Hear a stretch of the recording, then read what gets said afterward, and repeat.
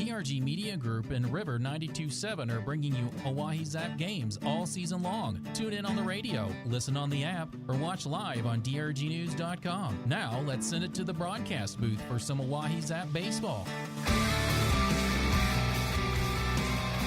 And hello, everybody. We welcome you to Hyde Stadium for a little late June baseball here between the Oahe Zap and the Capital City Aviators. It is a great crowd rolling in here on Sanford night.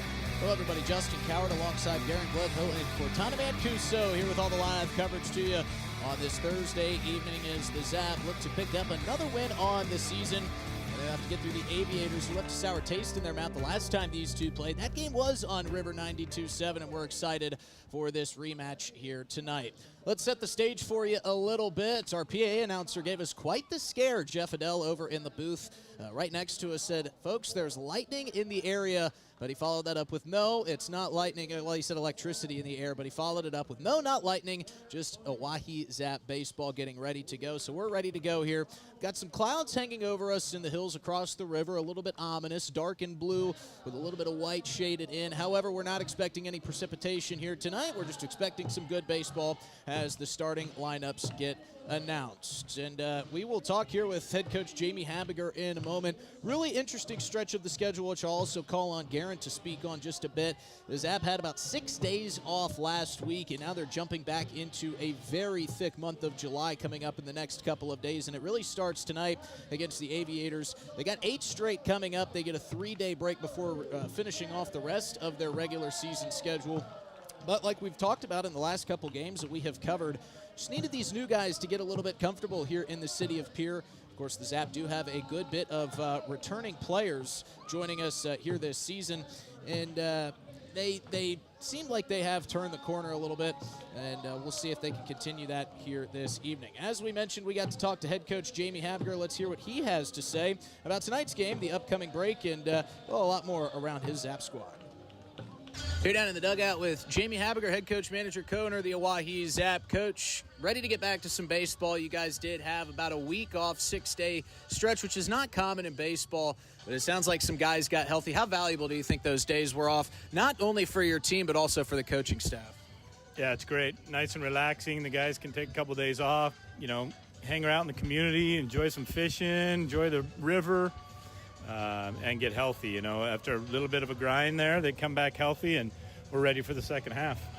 And we're going to have something that I don't think has ever happened in broadcast history. One of those guys that got healthy over the break, Garen Gledhill, who's going to be my color guy this afternoon, also going to come down and take an AB. But kind of to circle back to that point of everybody getting healthy, got to be good to get most of these guys back and playing at 100% again. Definitely, yeah. We get them all healthy. You know, we're still waiting on a couple guys to show up, second half guys, but just to have a full roster of healthy guys is always something good to go into a game. Talking about guys showing up, Manny Ely shows up, gets off the bus, and knocks a double in his first AB. He's in the starting lineup. Got to be pretty excited about the speedster. Yeah, I mean, show up first at bat, call him off the bench, and get a double. I mean, that's huge. A lot of these guys have been having 50 at bats and still yet to have a double. So it was great to have him out there. I mean, he's in the starting lineup tonight, and we'll go with him and see how he's doing. I love his speed. Absolutely. And, you know, with this long stretch of games coming up, getting busy, how do you guys stay mentally focused, physically prepared for this long month of July that's coming around the corner? Yeah, I mean, it's no surprise for us. You know, I've been telling them the grind is coming. So after that last break, we only have 3 days off the rest of the summer. So we're ready for it. We're going to gear up, and I think we clicked against Spearfish, so we're going to continue that into this tonight and go forward. Best of luck, Coach. Thank you. Appreciate it. Thank you. And a big thanks to Jamie Habiger for spending a couple minutes with us down in the dugout before the game. They're having the national anthem down on the field, and tonight's anthem singer is Adrian Gruis. Our home plate umpire and field umpire tonight will be the one-man duo by himself, Weston Northrup, but he's going to have all bases covered, and we're going to ask our catchers to do a good job blocking pitches back there behind home plate. And we're getting set for our first pitch, which will be thrown out by Dr. Terry Campbell. Of course, Sanford night tonight brings out a good crowd, and in a Thursday evening that's got some overcast clouds hanging over top. Provides us with some perfect weather for baseball. But Garen, you and I were we just heard Jamie Habiger talk a little bit about the injuries. You've come around on an injury, which is good to see. Your shoulder's feeling better. But how valuable is that 6 days off for a ball club that has kind of started to hit their stride? Is there a rest versus rust aspect? You feel like you're playing some good ball when you go into the break, and then boom, you got to shut it down for a couple days. I think it's a little bit of both, actually. So, for me, it was more about getting healthy. So, I played all 50 games during the spring, so that rust isn't going to affect me as much, But getting healthy, that was, the big thing, for my shoulder. And, now I can swing, and I can swing at 100%. So, that's the most important thing. And we're going to get to see you swing tonight. Like we said with Jamie, I don't think this has ever happened before, actually have one of our broadcasters go down and take an AB. But do you feel like you've got an advantage being up here in the AC, or, do you need to do some stretches, maybe get loose before your at-bat coming up, which we are predicting maybe around the 6th or 7th inning. We don't know for sure. But what's going to be your mentality? Are you going to quiet down as we get closer to your AB? Not that I'll quiet down, but I'm more worried about, just sitting around for too long. Well, I'm glad we have you up in the booth then for this broadcast. At least for when you're in the dugout, I could choose to go run to the line and get a little bit warm up during the innings to stay some type of loose. But being up here and then just running down there, that's gonna be my warm up. So probably not gonna be feeling as good as I should. But whatever happens, and I'm going to go up there with confidence. That's all that matters. Well, if you need to get up, throw the headset off and get a couple laps up and down the stairs or stretch out a little bit, you're more than welcome to do so. We do appreciate Garen getting up here on the headset. We're about set to go, so let's introduce you to today's starting lineups. And before we do that, we'll give you an introduction to all of our great sponsors who make broadcasting Zap Baseball possible here tonight at Darren Boyle Sales, Family Dental, the great folks over at Dunes Golf, the Boys and Girls Club of the Capital Area, Rounds Financial Services, and Wealth Partners Ameriprise Financial. Tonight's starting lineups, we'll be seeing the Aviators leading off with Ryan Devereaux. He'll be the DH this afternoon. Kurt Heath will be playing second base and hitting second. Colin Bird will be hitting third and playing at first base. Had a couple thirds thrown in there. Brandon Buchanan will be playing third and batting cleanup. Kobe Pexton will be at shortstop batting fifth. Batting sixth will be Clayton McDonald. Brody Oilo will be batting seventh and playing left field. Caleb Chai will be behind the plate today. He'll be batting eighth, and Sam Fassbender will be rounding out the lineup for the Aviators. He'll be out in center, and on the mound will be Derek Borino. We'll introduce you to Derek when the Zap come up to the plate. When they do hit, it'll be Gavin Frazier, Mason Melton, Ty Farwell, Landon Meyer batting cleanup, Connor Goldberg batting fifth, Quinn Ludvigson over at first, batting sixth. Dom DiCarlo batting seventh. Batting eighth will be the new Manny Ely. And Caden Bazansky will be batting ninth. Out in the field for the Zap on the mound, it'll be Cy Taylor, who's going to be trying to carry some innings for this starting rotation. As we mentioned, a lot of work coming up in the next couple of days, so we'll see how far Cy Taylor can go, doubling as a pitcher when he's played a lot of shortstop here for the Zap this season. Behind the plate will be Ty Farwell, where he is very comfortable playing. Glad to see him back in the gear. He's bounced around from DH over to third, but truly feels at home behind the plate and catching his starting pitchers in bullpen. Over at first, Quinn Ludvigson. It'll be Caden Bazansky at second. Shortstop will be Gavin Frazier. Mason Melton will be on the hot corner. Out in the outfield, tracking balls down today will be Connor Goldberg in left. Down to Carlo will be manning things in center. And the new Manny Ely, as we mentioned, will be showing off that speed in right. The Oahe Zap have taken the field, completed their warm-ups. Leadoff hitter for the Capital City Aviators, Ryan Devereaux, shaking the hands of Ty Farwell, and our home plate umpire, Weston Northrup. Zap are in there.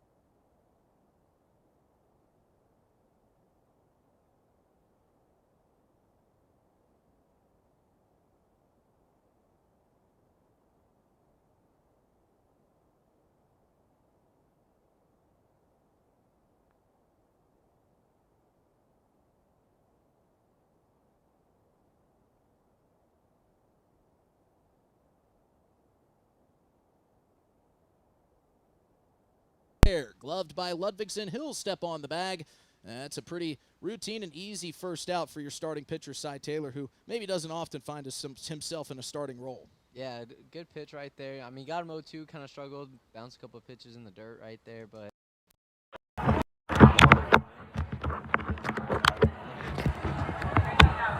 good start for Cy Taylor.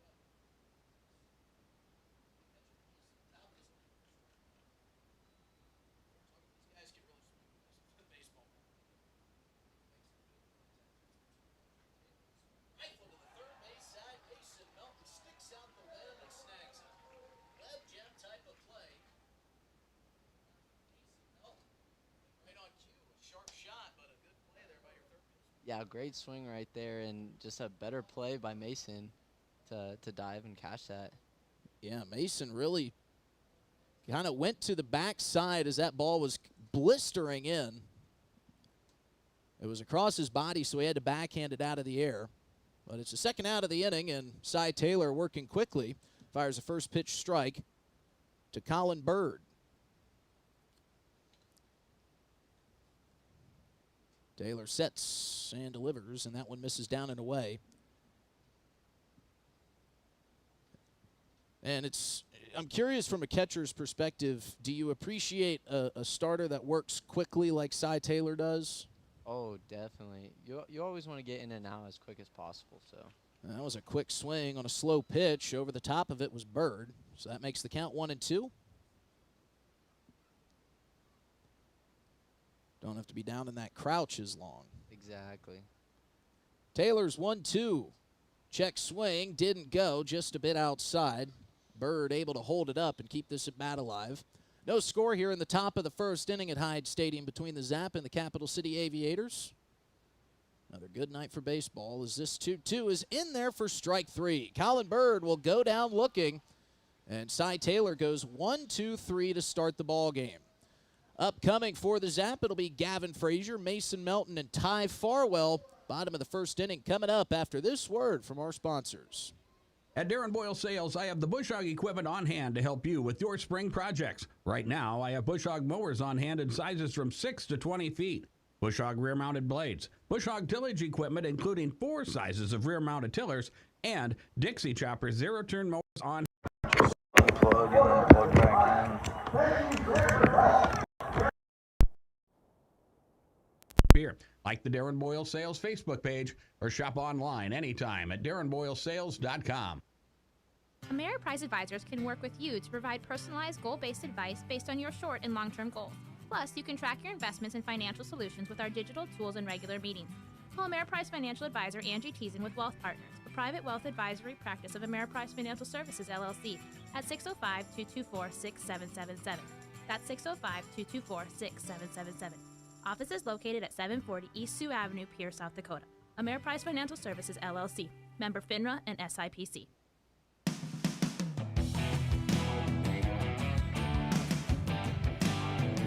Back here at Hyde Stadium for the bottom half of the first inning. No score, good crowd, and the fans are taking advantage of the concession stands here that belonged to Carla Miles this season. And my goodness, is she churning out some good stuff. And I'm here alongside Garen Gledhill, who at some point here tonight is going to head down and take a pinch hit at bat, which we're looking forward to. Who knows? I told Jamie I've been moving this week, and in large part big thanks to Darren Boyle Sales for providing some moving equipment. So I told him, I said, I'm not in the physical shape to take an AB myself here yet tonight, but at some point this season, if you're thin on the roster and need somebody to come down and take a couple hacks, I can I can hold a bat correctly, but that's about all I can do. I think you do a great job. Maybe see me hit BP first, and then we'll talk. Come on down and hit BP with us. Derek Barrino on the mound for the Aviators. Misses outside with a first pitch fastball to Gavin Frazier. This one catches a piece, and Barrino evens up the count at 1-1. Barrino out of Oklahoma Panhandle State. As this one misses high and away for ball 2. Which Garen and I were talking about Panhandle State, and I was thinking, is that Florida or Texas? I didn't see the Oklahoma in front of it, so that answers that question. Here's the 2-1, and Gavin Frazier, the ball magnet himself, has worn one on the back yet again. I was just about to say ball magnet. Always finds a way to get hit. He is one of the most bruised up players in the ILB, that's for sure. This season, Gavin Frazier, he's been hit by quite a few pitches. That is his 9th worn pitch of the season. Well, someone had to take over for Nick Golden. That's right. Man, he couldn't stay out of the way of a fastball. And not. So Gavin Frazier will take his base at first, and that'll bring up Mason Melton. And there goes Frazier trying to take off for second. Good throw, but a nice little soiree down there at second base by Gavin Frazier. Steps around the tag of second baseman Kurt Heath. Great throw there from catcher Caleb Chai, but you got to make it perfect to gun down the speedy Gavin Frazier. It's going to be a little harder today for a catcher to get a throw out, too. One umpire, that's a far view for them, so yeah, it sure is. It's got to beat them by a lot, almost. We won't name any names, but we still haven't gotten a verdict on the last play at second base when our field umpire was able to show up late. He had a quick call he had to make, and it looked like with the Zap defense out in the field that throw beat the runner, but we'll just leave it at that. We still don't know if that ball came loose or not. First pitch was a strike on the throw-down attempt, so it was 0-1. That one misses inside, makes it 1-1 to Melton. Frazier with a generous lead on second. Barrino misses on the outside corner. Makes the count 2-1.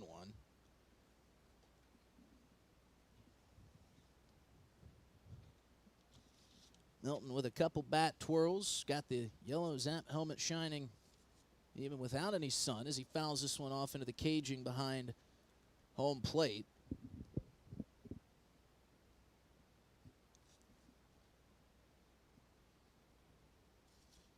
Melton's got a .407 on-base percentage this year. That's pretty standard and average with what you see throughout this Zap lineup. There is one guy in this lineup that has been getting on base seemingly every other at-bat, and we'll get to him in the 9-hole. That's Caden Bazanski. Runner on second, 2-2. That one bounces across the plate. Frazier's going to try to take third. As it skips away from Chai, he gets to it, throws down to Buchanan, but not in time. Gavin Frazier steals second. Now he steals third, and with nobody out, Zapper 90 feet away from getting on the scoreboard here first. Good aggressive running there from Frazier. Oh, yeah. I mean, he always has great jumps anyway, so that's a little iffy. Catcher made a good block, but he's just so quick and made a really good read and able to swipe third. I think half the battle is making that split-second decision that I'm going to go for it. No hesitation, and Frazier showed that off, and that 3-2 payoff pitch will miss outside to Melton, so now the Zap have him on first and third with nobody out, and Ty Farwell coming to the plate. Also helps when you can actually run fast. Yeah, it's something. I don't know about you. You're probably a pretty speedy guy, but that's something I've never been able to. I always got the red light. You know how some guys get the green light on the base paths. I was a red light guy. I'm exactly a red light guy. I am there to drive them in, not to take bags. We talked to Farwell before the game. Here's the first pitch to the Zap catcher, and he'll take a off-speed pitch down and in for strike one. I might, since it's my last summer, before I retire, I might as well try to steal 1 or 2 bags. Might give it a shot. We'll hold you to it, and we're going to just ask that you do it in one of the games that we're here broadcasting. Here's the 0-1 to Farwell. This one chopped to the first base side, knocked down by Bird. The run will score. Bird will take the out, and now taking off for third base is Mason Melton. Good throw from Bird at first, but the ball comes free from Buchanan's glove, and in sliding safely is Mason Melton, who just on a whim, like we just said, decided to get aggressive. He never stopped after that ball was knocked down at first base while he was rounding second. I mean, I don't know when he decided to keep going. All of a sudden, he was on third. I was like, what the heck? It was almost as if he was running like there was 2 outs in the inning, and you just, hey, we're going to keep running for the sake of it. Makes Landon have a pretty easy RBI opportunity. Yeah, we'll see if Meyer with 1 out can drive 1 more in. 1-0 Zap here after Gavin Frazier stole 2 bases and then scored on the fielder's choice. All things considered, really nice play by Colin Bird there to knock down the hard-hit chopper from Ty Farwell. 0-1, roped foul down the left field line. Yeah, Mason Melton. He took off from first, rounded second, and just kind of peeked back at the first base bag, realized that Bird was still trying to scramble to pick up that loose ball. Bird put it on the money. Still don't think the throw beat Melton there, even though it was bobbled by Buchanan. As Meyer swings and misses, that's strike number 3.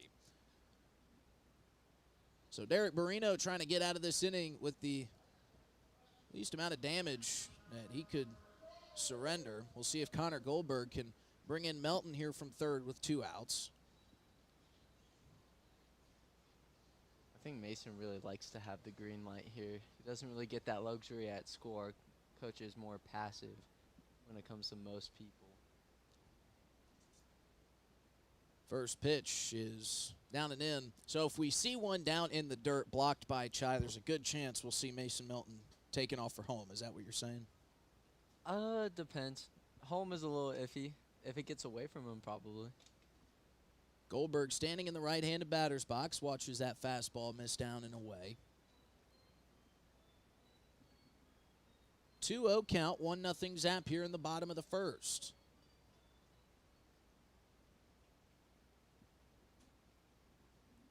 Zap trying to get on the Aviators early, 2-0. Nice placement on the fastball there for Barrino. Barrino's ERA for the season currently sitting by our stat sheet at 11.2. Want to keep those numbers down, try to improve on that statistic as Goldberg drives one to right field. That'll get down for a base hit, and it will score Mason Melton from third. So the aggressive base running from Melton pays off. Connor Goldberg drives in the second run of the ball game and of the inning, and the Zap lead 2-0 here in the bottom of the first. Great piece of hitting there from Goldberg. Ahead in the count, just decided I'm going to try to lay down a base hit and score this run. Yeah, he has really good swing. I love watching his BP. He spreads the whole field, and he tries to hit pretty hard low-line drives. So, I mean, he did it right there and just got a base hit. Good opposite field hitting there from Connor Goldberg. Makes it 2-0, and that brings up Quinn Ludvigsen, who takes a first pitch strike. Zap have hit 3 home runs on the season, which is a stark difference from what we've seen over the past couple of years. You think back to the Vince Palizzi days when he was leaving the yard pretty frequently. All 3 of those home runs belong to Ty Farwell. To say Quinn Ludvigsen is due is an understatement. He'll take a off-speed pitch down low in the zone to make the count 1-1. If I remember right, he had like 3 or 4 last year. Yeah. I've been waiting for one as well. I've been waiting for one myself. You know, I come from Georgia, and the slogan is the 1-1 catches a piece of the inside corner for strike 2. The Georgia Lottery slogan is "Today could be the day." Yeah. And you know what? Garen, today could be the day for you and for Quinn. That would be cool. Go yard and an inch hit and then come back up here. Here's the 1-2 to Ludvigsen. He rifles this one foul right inside first base coach. That was Aiden Johnson, but got a new first base coach down there. Is that Eli? No, that one's Anthony Budmeyer. Okay, But Budmeyer's normally out there. Eli's been down there. I don't know why Johnson stopped coaching first, but he's been letting the pitchers do it. Spread the love. Runner taken off for second. Connor Goldberg going to watch that one sail over his head high as he slides into second. He'll now take off for third as it gets into center field. Sam Fassbender able to corral it and fire it into Barrino before Connor Goldberg could steal another bag. So he picks up second. The high throw from Chai allows Goldberg to get to third. And the slight hesitation in center field by Fassbender almost allowed Goldberg to go from first to home. But now just like that, Ludvigsen with a 2-2 count and 2 outs has a great RBI opportunity. 2-2, high and away, ball 3.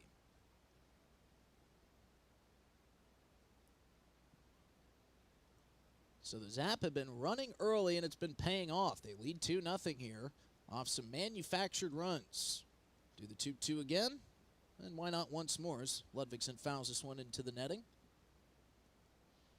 That's something we've been talking about a lot more, trying to steal more bags, being a little bit more aggressive, trying to add more pressure.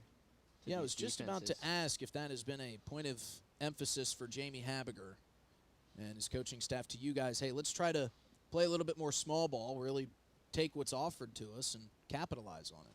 I think it's just more like trying to add more pressure. You know, we haven't gotten thrown out a lot, and neither has other teams.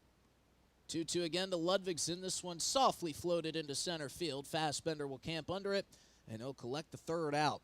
But a hit, an error, and a couple stolen bags allow the Zap to jump out in front 2-0 after one. We head to the top of the second inning. And we did mention this will be a busy month of July coming up for the Oahe Zap. A lot of games in, well, about just as many days, only 3 days off upcoming. But that's not to say that some great baseball isn't going to be played. As we look ahead at the rest of the month of June, only a couple days left, they'll play the Aviators out through the weekend. 4-game series at home. Tomorrow night and Saturday night will be 6:05 first pitches, and then Sunday will be at 5:05. Zap will go back on the road for 4 games against Spearfish. That's Monday through Thursday. And then come back home to take on the Aviators for 2 on July 3rd and 4th. We'll be in the building on July 3rd here against the Capital City squad. 6:05 first pitch that night here on River 92.7. And then on the 5th and 6th, it'll be home games against the Bison, which will be here for that series as well. And then they get those 3 days off that we were talking about. It's, you know, when Jamie told me about this in the dugout, it was interesting to hear him say, yep, 3 days off between now and the end of the season. And I'm thinking you get a Monday off after a weekend series and then maybe a random, you know, Sunday afternoon off. No, this is 3 days in a row, Tuesday, Wednesday, Thursday. Now, the question is, we talked a little bit, Garen, about rest versus rust. In that stretch, do you feel like you're going to be poised to make a strong push towards the end of the season? Are you happy those 3 off days are bunched together? Would you have them spread out if you were the schedule maker? The only thing I would have changed is taking some of our off days away from this June and adding it to July to kind of spread it out more.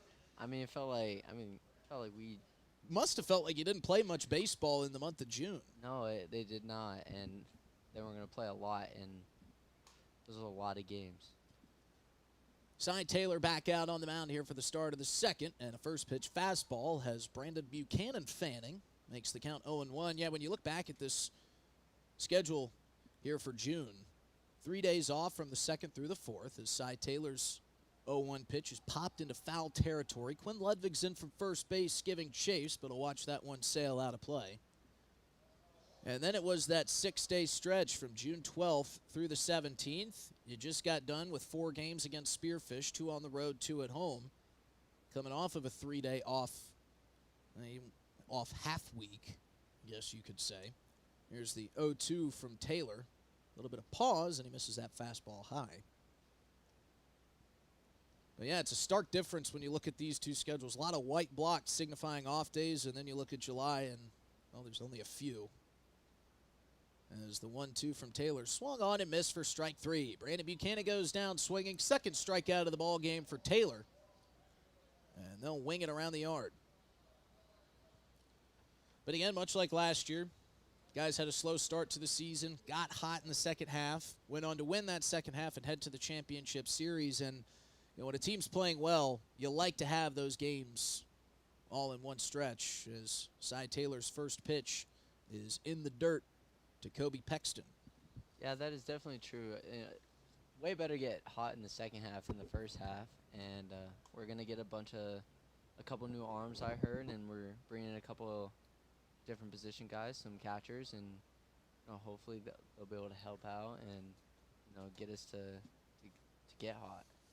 Cy Taylor able to fire in a fastball for strike one to Pexton. Goes back to the same spot, but just a hair outside. Says Northrup, turns the count 2-1. Nobody on here.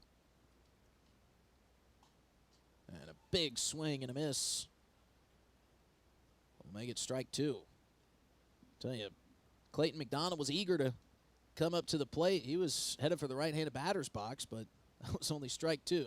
Now he can head there as that fastball gets a swing and a miss. Brandon Buchanan is down. Third strikeout of the ball game for Cy Taylor, second in a row, and it's the second out of the inning.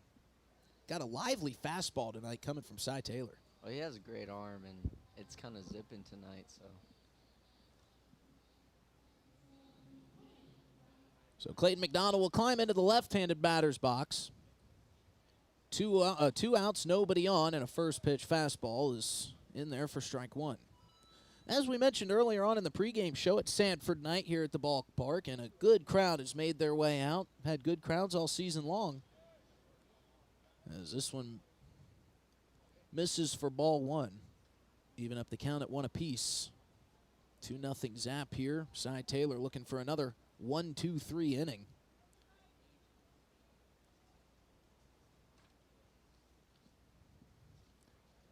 Taylor stands at about a 45-degree angle in his windup. Half turn between home, half turn between first, as this one misses in for ball three.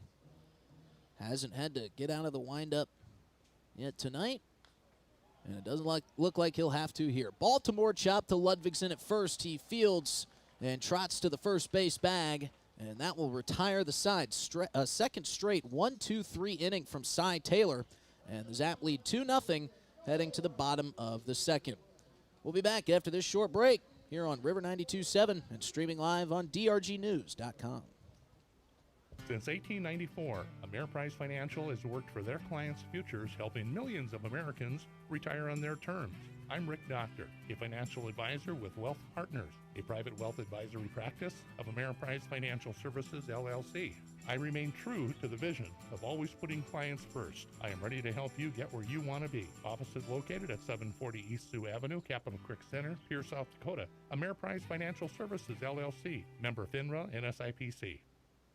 Your best round of the year is waiting for you just 1 mile north of Fort Pierre on Highway 1806 at Dunes Golf. Play 9 or 18 holes, pay by the round, save with a punch card, or become a member for unlimited play. And Dunes Golf is a great location for group outings or a summer play day. Call 605-223-2525 or see golfdunes.com. 18 holes and a driving range beautifully nestled alongside the Missouri River. It's Dunes Golf.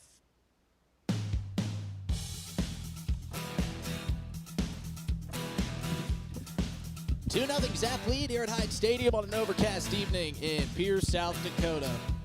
And a lot of folks enjoying it. I'm sure the players are as well. It can certainly get hot this time of year, but this is about as good a baseball weather as you can ask for, and it's dry. Justin Coward alongside Garen Gledhill and Cortana Mancuso in the booth here. Zap protecting a 2-0 lead and looking to add to it here. Due up in the bottom half of the second inning for the Zaps. 7, 8, and 9. Dom DeCarlo will be leading off, and then we'll get our first look here for us in the broadcast booth of Emmanuel Ely. And we'll get to this in a moment, but it's hard when you talk to this young man not to love him the second you speak to him in Manny Ely. Same thing with Dom DeCarlo, and he takes the first pitch fastball on the inside corner, but that one just off the plate for ball one. Manny Ely and Dom DeCarlo, two new guys to this organization. DeCarlo ducks out of the way of a 1-0 high fastball. DeCarlo hitting .281 on the season. His bat has been impressive, but I think his defense has really been what's wowed the folks, and not only his defense, but his speed out there in center field. Yeah, he's someone who makes some really good reads and some really good plays. And he puts a good swing on this one, but he pops it out to right. Clayton McDonald, with a couple steps in, looks up into the gray skies and squeezes it for out number one. And that'll bring up Emmanuel Ely. Manny joined the club here a couple games ago, and he was called off the bench. And in his first at-bat, pinch hitting, he roped a double into the left center gap. And he was easy to like when you talk to him, but when he does that off the bench, gives you that kind of production, well, it makes it even better. He slides out of the way of a first pitch fastball for ball one. Yeah. Exciting guy to have on your team. Yeah, I mean, great kid. The little bit I've talked to him, just great person. Takes ball two down and away. Yeah, he was sitting down in the dugout talking to Jamie and kind of talking a little bit with Manny, introducing myself. He just had the biggest smile on his face. Looked really happy to be here. Yeah, he seems like it. We even got to go play some pickleball earlier Really? in the week, yeah, during our off days. And, he's just a great person to be around. 2-1 to Ely. He just took a fastball in the inside corner. He watches that one sail wide.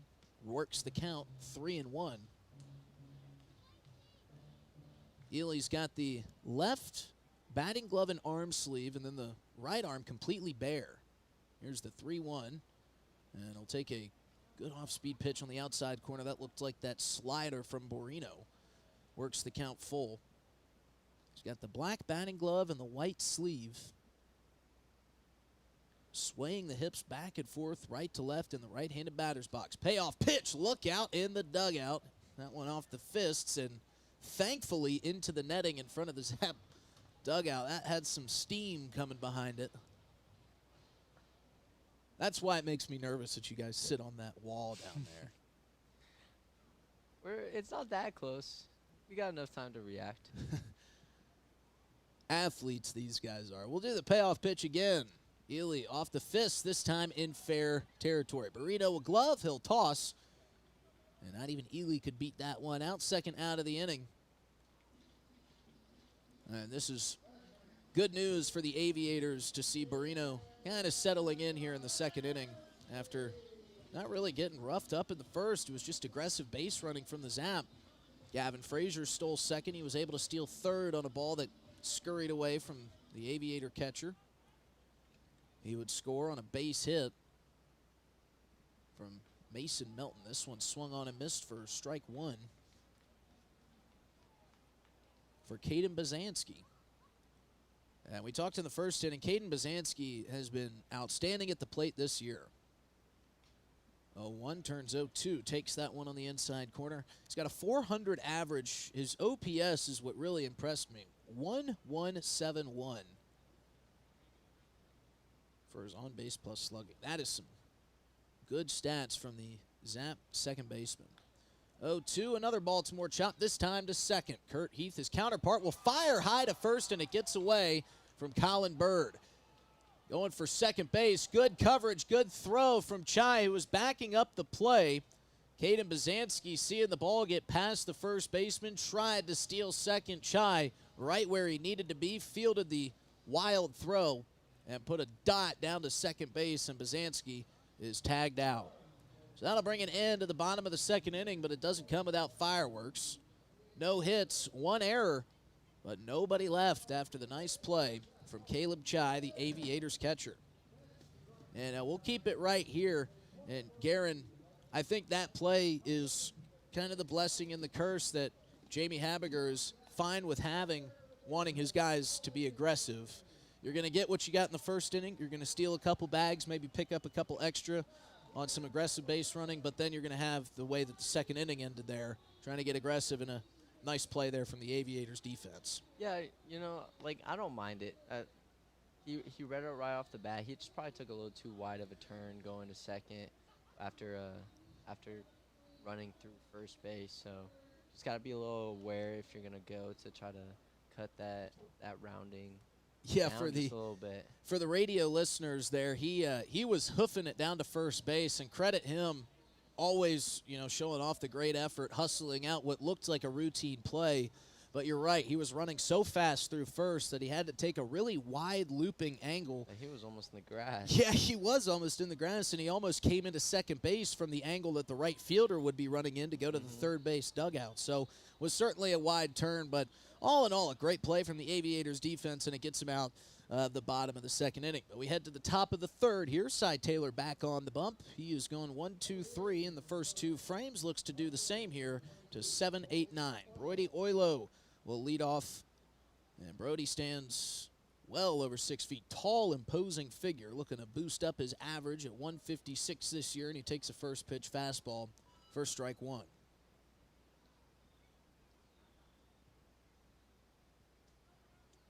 Oilo waggles, and a big cut. Couldn't catch the bat up to that one. Makes it 0-2. And Jamie said, you know, we've got a lot of games coming up in the next couple days. Got a long stretch into the start of July. Cy Taylor needing to get some legs out of this start as Oilo fouls this one down the first base line and out of play. And from the start of things, it certainly looks like Cy Taylor's going to give the bullpen a welcomed break here this afternoon. We'll knock on wood, but a great start here for Cy as he's ahead 0-2 to Oilo and gets the swing and a miss for strike three. 7 up, 7 down for Cy Taylor. This will bring up Caleb Chai, the catcher. He made the flashy play on defense, and the Aviators hoping he can do something on offense here. Cy Taylor's been setting him up and sitting him down.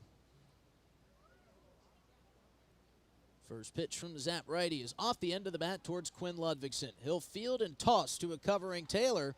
One pitch for the second out. Third ground ball already to Q. Yeah, Q's certainly getting his money's worth for this start this afternoon. Although you got to say, Cy's made it pretty easy on Q. They've all been pretty softly hit ground balls. Oh, for sure, for sure. The only real hard hit ball we've seen today was the stab that Mason Melton made at third base off the bat of Kurt Heath. As this one misses down and away for ball two. Sam Fassbender now at the plate. Aviator center fielder stands in the right-handed batter's box. Bat directly over the square middle of his helmet as this one is fouled back into the Welcome to Hyde Stadium fence behind home plate. That fence has certainly saved a couple windshields in its day, with Capitol Avenue running adjacent to Hyde here. That pitch finds its way towards the top of the strike zone. Nice little frame job from Farwell makes it 2-2. Taylor working at a breakneck pace here. This one driven out to left. Tracking back is Connor Goldberg, looking up and making the squeeze for out number 3. Efficiency at its finest for Cy Taylor. He goes 1, 2, 3 for the third straight inning. We head to the bottom of the third. Zap looking to add to a 2-0 lead here at Hyde Stadium. Ameriprise Advisors can work with you to provide personalized goal-based advice based on your short and long-term goals. Plus, you can track your investments and financial solutions with our digital tools and regular meetings. Call Ameriprise Financial Advisor Angie Teason with Wealth Partners, the private wealth advisory practice of Ameriprise Financial Services, LLC, at 605-224-6777. That's 605-224-6777. Office is located at 740 East Sioux Avenue, Pierre, South Dakota. Ameriprise Financial Services, LLC, member FINRA and SIPC. At Darren Boyle Sales, I have the bush hog equipment on hand to help you with your spring projects. Right now, I have bush hog mowers on hand in sizes from 6 to 20 feet. Bush hog rear-mounted blades, bush hog tillage equipment including 4 sizes of rear-mounted tillers, and Dixie Chopper zero-turn mowers on hand. 3 different models available with prices starting at $49.95. Check out my large selection of farm equipment at the lot on Sale Barn Road in Fort Pierre. Like the Darren Boyle Sales Facebook page or shop online anytime at darrenboylesales.com.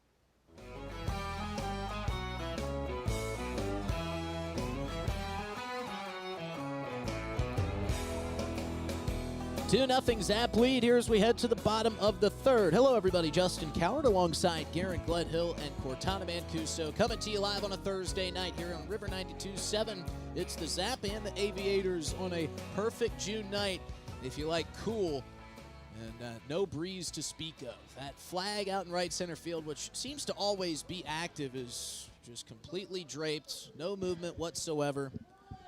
And Garen, is this, we love a sunny afternoon in Pierre in the summer, but when you're playing baseball, sometimes it's nice to have some overcast, cool skies in the middle of June. Overcast 70 degrees? That's amazing. No wind, too. Even better. Kind of an anomaly here in Pierre. I'll take this type of weather every single day to play ball. Amen. Derek Marino starts Gavin Frazier with a first pitch miss, makes it 1-0. Frazier was hit by a pitch in his first at bat, and he drives this one high down the left field line. Curling foul, but underneath it is Brody Oilo, and he'll make the grab for out number 1. I have never had as many issues with a man's name than I have with Brody Oilo, and I feel terrible because we've talked to him a little bit. Really nice guy, but I just can't get his name right. It's either Brody Oioli or something. I've been practicing in the mirror at home, but I have no idea. When we were broadcasting, I probably said 4 different ways. First pitch on the inside corner. Misses to Mason Melton. Barrino set, and that one high and away. Always enjoy looking at the different batting stances of the different guys. No one is the same as the other. As Mason Melton's kind of got his feet real close together and then steps out with the left leg as the pitch comes in. That one catches a piece of the zone, makes it 2-1. Stands with his feet about a foot apart from each other, waggles the bat as the pitch comes in, stretches it out to a couple more feet. That one misses high and away for ball 3. Barrino was able to keep the Zap off the base paths in the second inning. Hoping to do the same here in the third. Melton pops this one into shallow right. This one is going to just drop foul. That was hit into direct no man's land. The Bermuda Triangle of the first baseman, the second baseman, and the right fielder all converging. And if there was that South Dakota breeze blowing that way, that one might have stayed fair for a nice little bloop single, but it runs the count full. See if Mason Melton can get on with one out here. 2-0 Zap lead in the bottom of the third.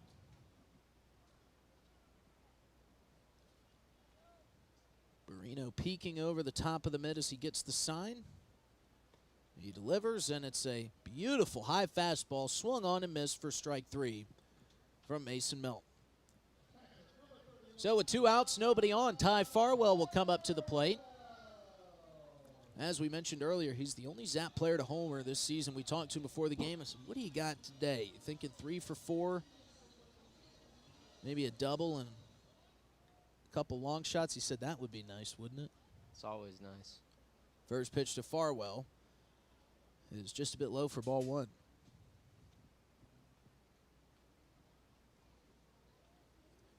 Yeah, we'll have to find out if the ILB kind of modeled what the MLB did a few years ago, as the 1-0 catches a piece of the corner for strike 1 to Farwell. With the lack of home runs, did they change up the ball in the offseason, make it more pitcher friendly? I don't know. Home run numbers across the board in the ILB have dropped. Doesn't feel like it when we're facing Spearfish. No, they didn't lose the long ball, that's for sure.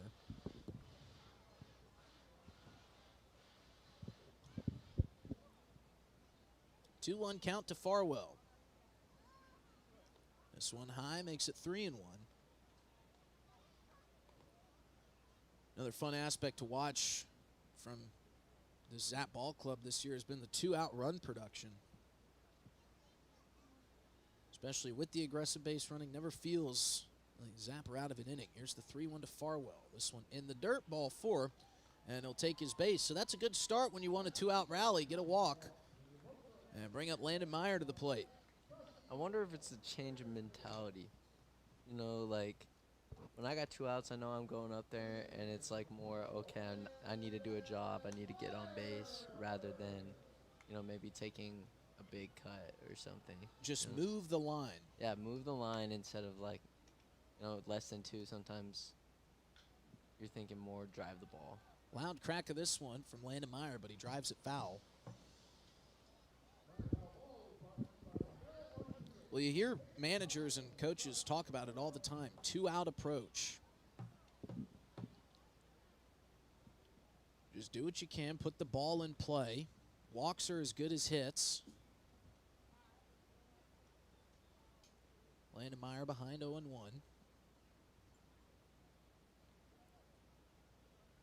Farwell with a short lead over at first. He will steal a base, and there he goes. This one in the dirt. Chai couldn't backhand it, and Farwell is upstanding. Chai's not the speediest guy, but But he will catch you off guard every now and then. He'll try. He's got a couple stolen bags, I think. He just gets good jumps, He kind of acts like nonchalant, like he's not going to go. Lulls the pitcher to sleep. Farwell with a big lead, dancing at second as Meyer drives this one foul into Capitol Avenue.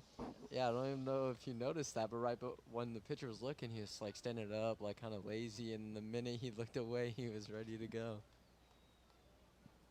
Love the cat and mouse game. Kobe Pexton is holding Farwell, but he's about 10 feet from the bag. Pexton now creeping in behind him. Farwell begins to dance, and now he's taking off for third. Chai got a good throw, but Farwell got a good jump. It goes off of Farwell's right foot and into foul territory. Farwell's going to walk in, and it's 3-0 Zap. There's that aggressive base running paying off again for the Zap. It was a walk, a stolen base. He steals third there in the throw. And unfortunately there for Caleb Chai, got in between the glove of Brandon Buchanan and the foot of Ty Farwell, and it just ricocheted back over into that foul territory behind the third base coach. But Zap manufacture a run without a hit here in the bottom of the third. Meanwhile, it's a 1-2 count to Meyer. This one rifled through the left side of the infield for a base hit. Kobe Pexton gave it his best effort, stretching out, trying to make the play, but that had some power behind it. Yeah, that's a good adjustment right there by Landon. He struck out his first AB, and that time he was able to put bat on ball. Didn't do too much still, and found a way to just drive it through the hole. Yeah, like you said, that good approach, a different approach. Not trying to do too much with the baseball. And as we said, keeps the line moving. 3-0 Zap here in the bottom of the third. 2 runs in the first. Some 2-out scoring here for the Zap. Put him up 3-0. That first pitch in there for strike one to Goldberg.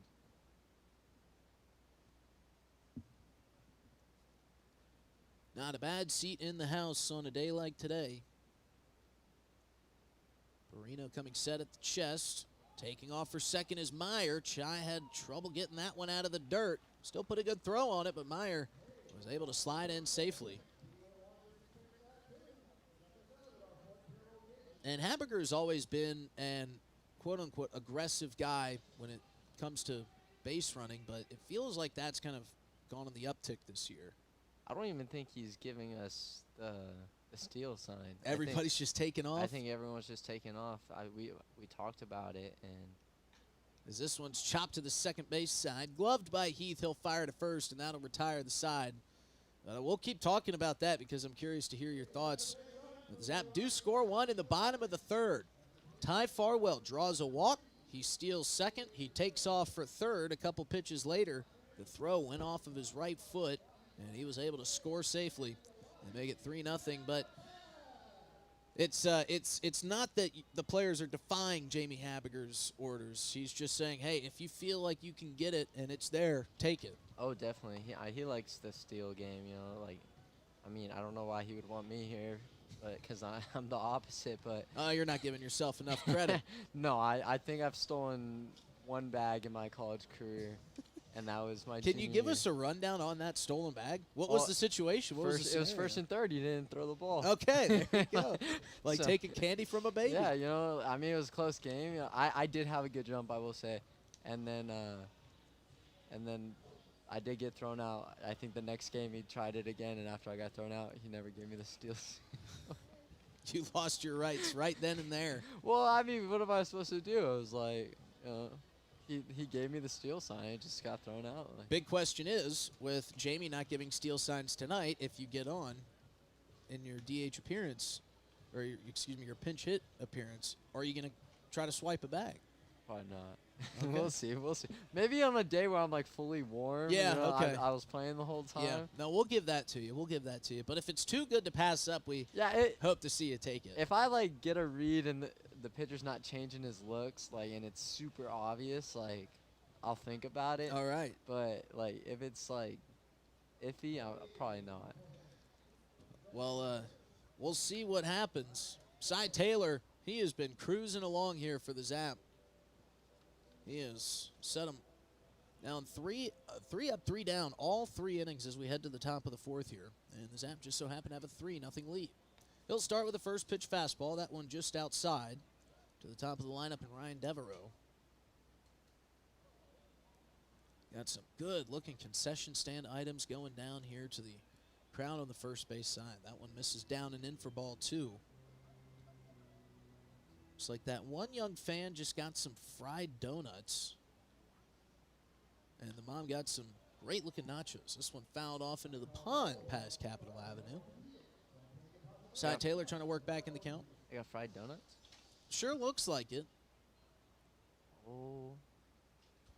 Told you, Carla Miles does not mess around. Here's the 2-1. This one rifled back into the netting behind home plate. Cy Taylor's evened it back up at 2 apiece. Nobody on, nobody out. Yeah, Carla's fantastic. I mean, she spoils us, especially when we were broadcasting by ourselves. She was letting us get whatever snacks we wanted and just treating us. 2-2 taken low. Count runs full. Is there a concession stand item? Not to play favorites, but is there one thing that the folks listening at home here? I'll let you think about it after this pitch. As Taylor will give up a 3-2 base hit down the first base line, but they're going to say foul. Man, that thing was riding the line. Looked like he caught some chalk. Devereaux put a good swing on it, was a little bit out in front. But Cy Taylor glad to see that one get called foul. That was extra bases for sure into that right field corner.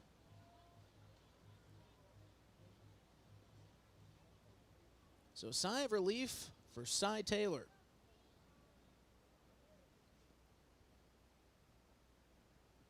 Here's the payoff pitch. This one popped a mile high out into shallow left. Connor Goldberg comes in. He's called off by Gavin Frazier. And what looked like it was going to be a double turns into the first out of the inning. Good bounce back there from Cy Taylor. Fell behind 2-0 in the count, worked his way back in, and then gets the fly out. Yeah, really good pitch. I mean, I don't even know if you heard it, but Gavin, I can hear him from over here. I heard him call it off. I love that he was able to be vocal and let everyone know that he had the ball. Great communication there. As this one's rifled out into left field, Goldberg will not be called off by Frazier on this one. Second straight inning, the second out, has come on the first pitch for Cy Taylor. That's a good piece, too. Just unfortunate. I think that was the same person who lined out to Mason. Yeah, it was. Kurt Heath, who sent a frozen rope down to third base. An outstanding show of leather from Mason Melton to stab it out of midair.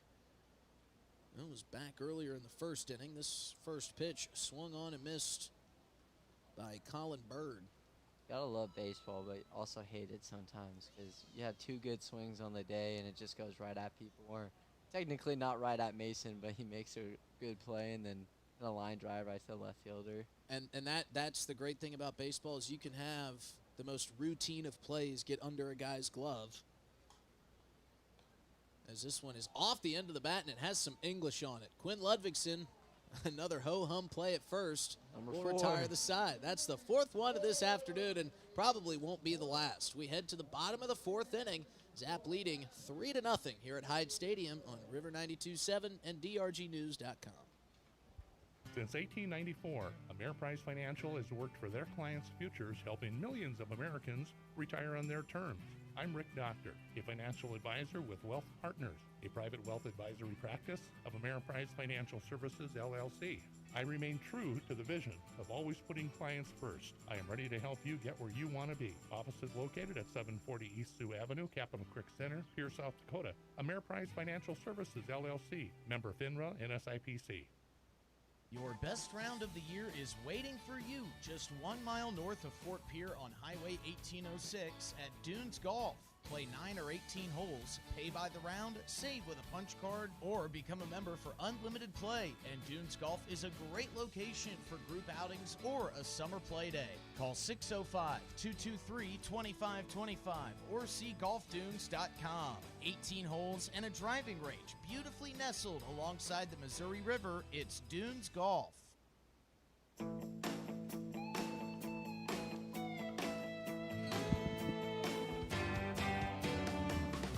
Right across the 7 o'clock hour, we head to the bottom of the fourth inning here at Hyde Stadium.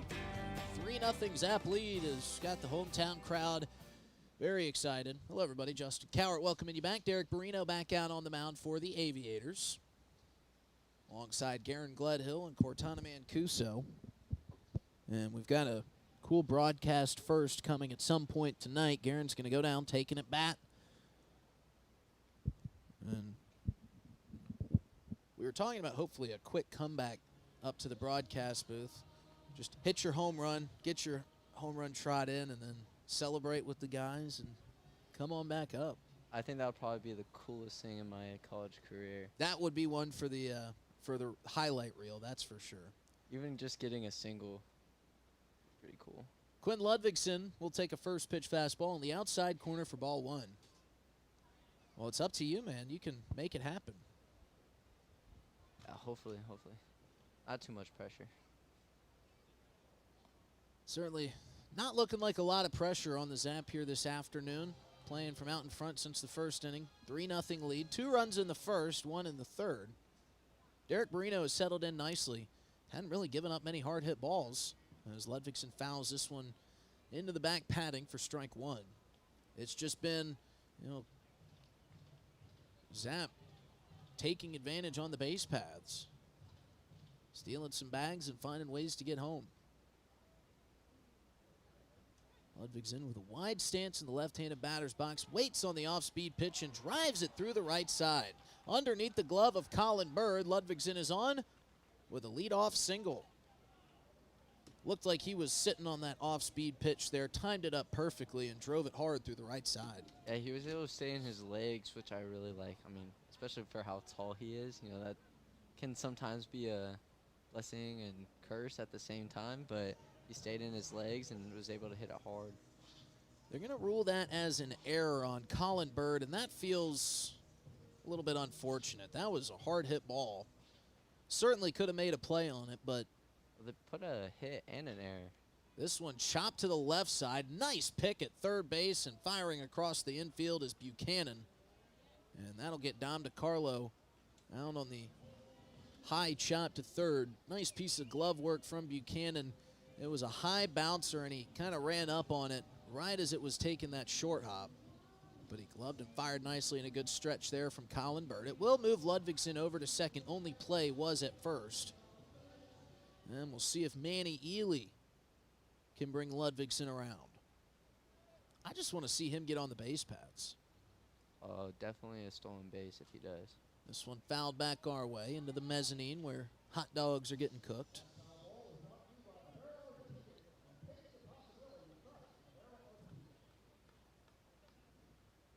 Ely really active in the right-handed batter's box.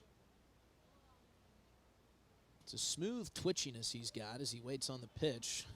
Chai stretches out to make that catch on the errant fastball. And he had the ball in the glove, but it didn't look like he trusted it. He turned around, looked at the backstop to make sure it didn't get behind him. Count is 1-1 to Ely. Ludvigsen taking a couple extra steps towards third, now bouncing back towards the second base bag, and Ely drives this one softly into the middle of the infield. Underneath this pop-up is Kurt Heath. He'll make the grab for out number 2. And it'll be up to Caden Bazanski to try to drive in his first baseman down at second.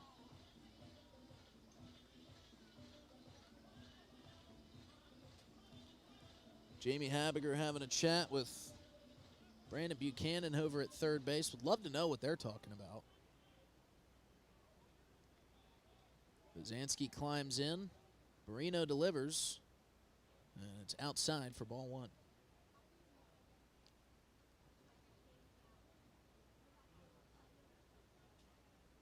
Bozansky's got a big gap on the left side of the infield if he can go the opposite direction. Behind that fastball for strike one.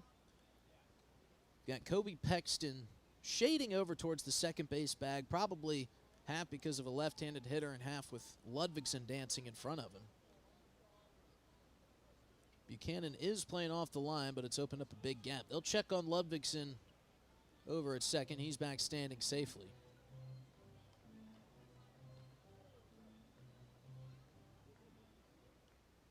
3-0 Zap here, bottom of the fourth. 2 outs. Bozansky fouls this one back over the third base seats.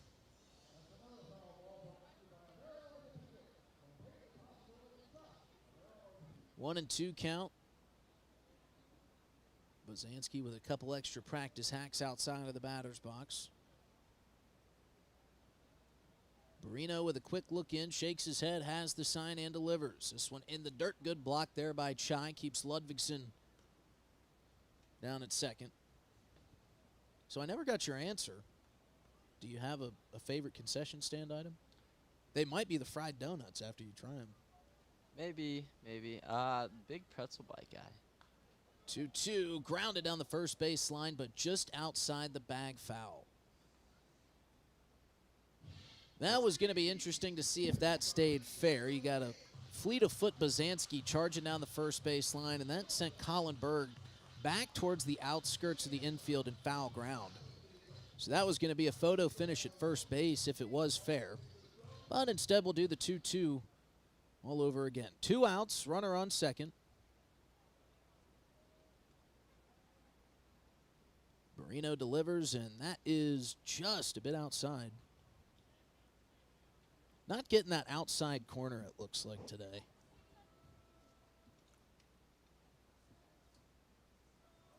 So the count runs full.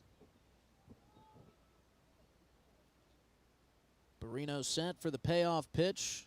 Ludvigsen not going, doesn't matter. Bozansky swings through strike 3.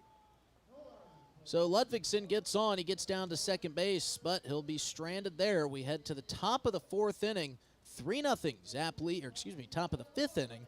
3-0 Zap lead here at Hyde Stadium. Since 1894, Ameriprise Financial has worked for their clients' futures, helping millions of Americans retire on their terms. I'm Rick Doctor, a financial advisor with Wealth Partners, a private wealth advisory practice of Ameriprise Financial Services, LLC. I remain true to the vision of always putting clients first. I am ready to help you get where you want to be. Offices located at 740 East Sioux Avenue, Capitol Creek Center, Pierre, South Dakota. Ameriprise Financial Services, LLC. Member FINRA and SIPC. Your best round of the year is waiting for you just 1 mile north of Fort Pierre on Highway 1806 at Dunes Golf.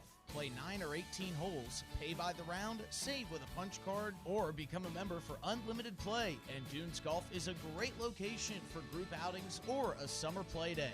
Call 605-223-2525 or see golfdunes.com. 18 holes and a driving range beautifully nestled alongside the Missouri River. It's Dunes Golf.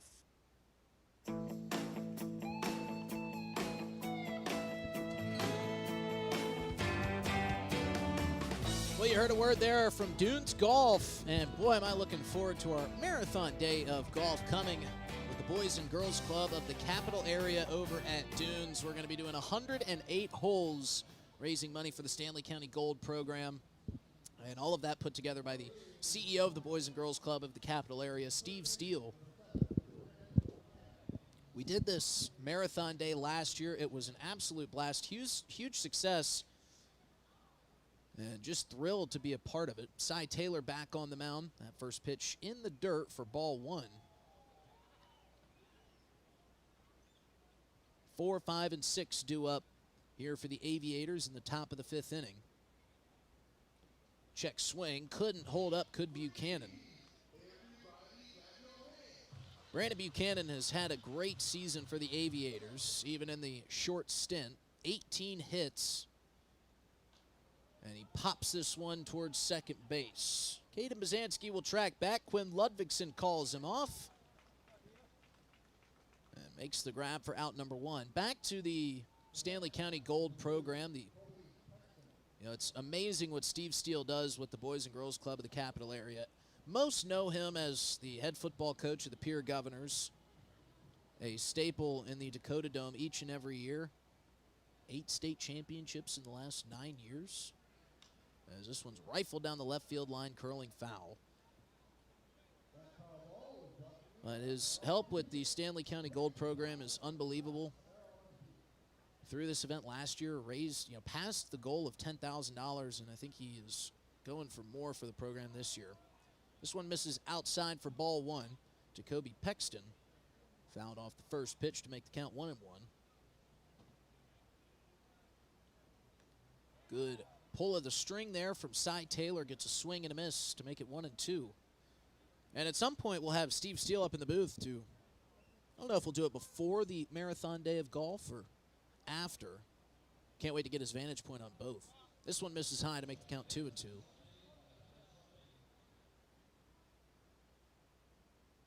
This one fouled back our way, but the netting gets in front of it. Good job from Kobe Pexton to stay alive.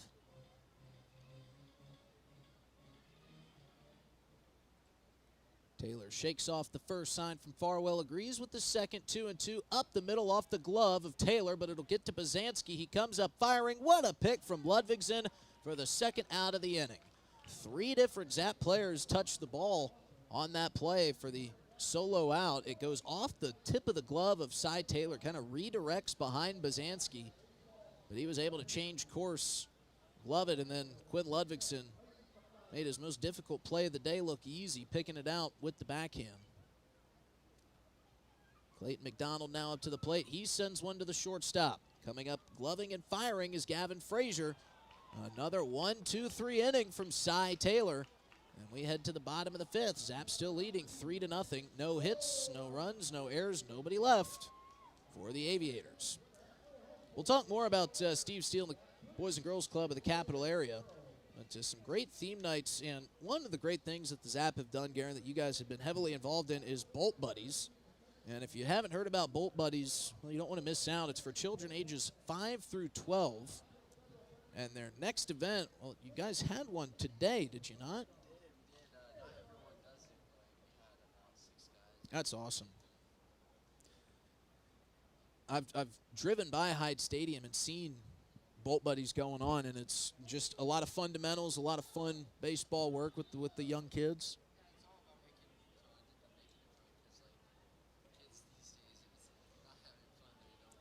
Absolutely, man.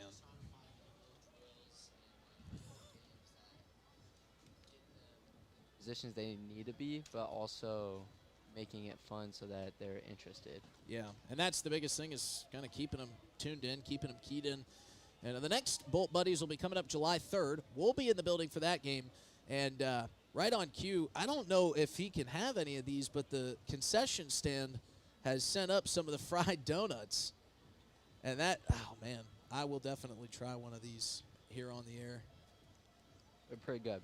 They have got, now, folks, if you haven't been down to Hyde Stadium for a game yet, you get a little bit of everything. We got some Cotton Eye Joe dancing going on down there, so you can get your legs loose and do a little dancing. You can watch some great baseball, which we've got going on here tonight. Zap leading 3-0. And maybe to outdo all of it is the concession stand items. And we have got some of the infamous fried donuts. They've got some cinnamon glaze. We'll let Cortana try one of those. And she gives the nod of approval. Garen? I do too. I think it's really good. Now, normally, folks, I wouldn't allow my broadcast to eat, but when the concession stand food is this good, you can't help yourself. Bottom of the fifth, we'll start with Gavin Frazier, and he chops one foul on the third base line. They've also got a Zap Summer Shandy, which you won't find me partaking in, but you can get it now here at Hyde Stadium. They've got their own shandy to enjoy on a game day like today. This one fouled back our way and just curling left of the broadcast booth. Gavin Frazier behind 0-2. Aviators bullpen is up and moving around.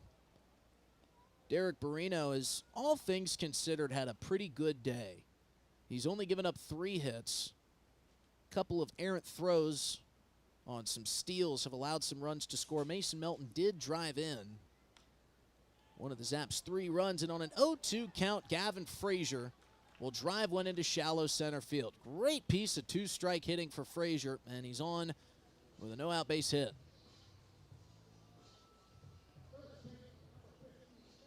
That ball got in on his hands, and he was still able to drive it over the shortstop. Good piece of hitting. Yeah, that I never enjoyed getting one in on the fists because it felt like my hands vibrated for 10 minutes afterwards. But you take the pain for the price of the base hit. Gavin Frazier diving back after Barrino fires to first on the pickoff attempt. This one up and in on the hands of Mason Melton.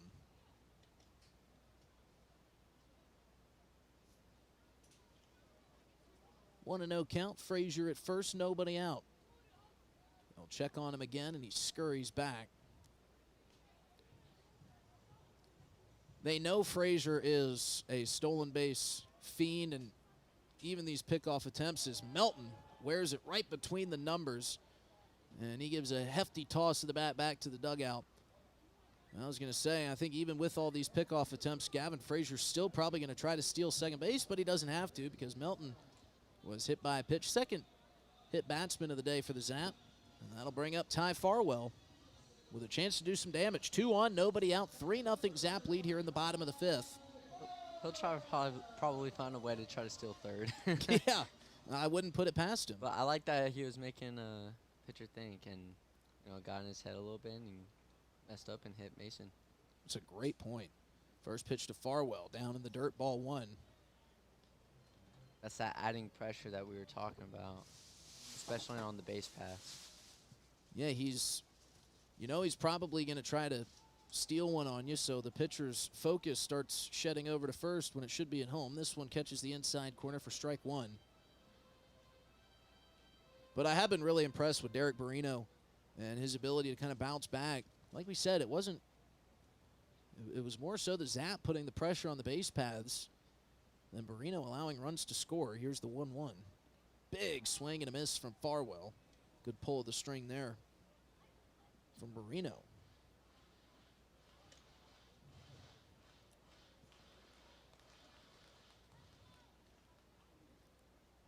Farwell with the wide stance, probably the widest you'll see in that left-handed batter's box. Takes ball 2 on the outside corner. Wise take there from Farwell. He's been behind the plate and has gotten familiar with Northrop's zone. It's probably one of the best parts about catching. You kind of get the umpire zone pretty quick, and most of them are kind, and they really don't want to ring you up, so. Farwell somehow gets a bat on this one, in on the hands. Barrino will field and go down to second base, but nobody was covering. Kurt Heath was there to catch it, but he was about 6 feet from the bag, so all hands are safe.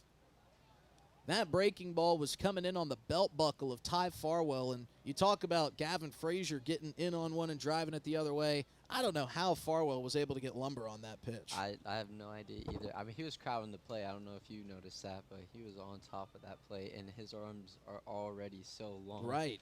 So I'd probably tell him to back off the plate a little bit, especially since he's getting those inside pitches called on him. I mean, his hands were practically sweeping across the belly of his jersey when he hit that. It just kind of sent a soft roller to Barrino. And instead of going with the sure out at first, he tried to turn the improbable double play. Well, luckily for Barrino, didn't get into the outfield. But it will load the bases and give Landon Meyer a chance to add to his RBI total this year. It'll take a first pitch fastball down and in for ball 1. Chance for the Zap to blow this thing wide open. 1-0. Melton turns on one and chops it down the first baseline. Foul into the Zap dugout, which is understandably very quiet right now. Cy Taylor has been sparkling in this start. Hasn't allowed a base runner.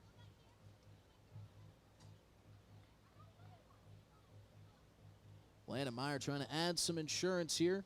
Bases loaded, nobody out in the bottom of the fifth. Corners of the infield are in. Infield between second base and shortstop playing at normal depth. Landon Meyer with a 1-2 count fouls this one off. And we get a big cheer out of the crowd.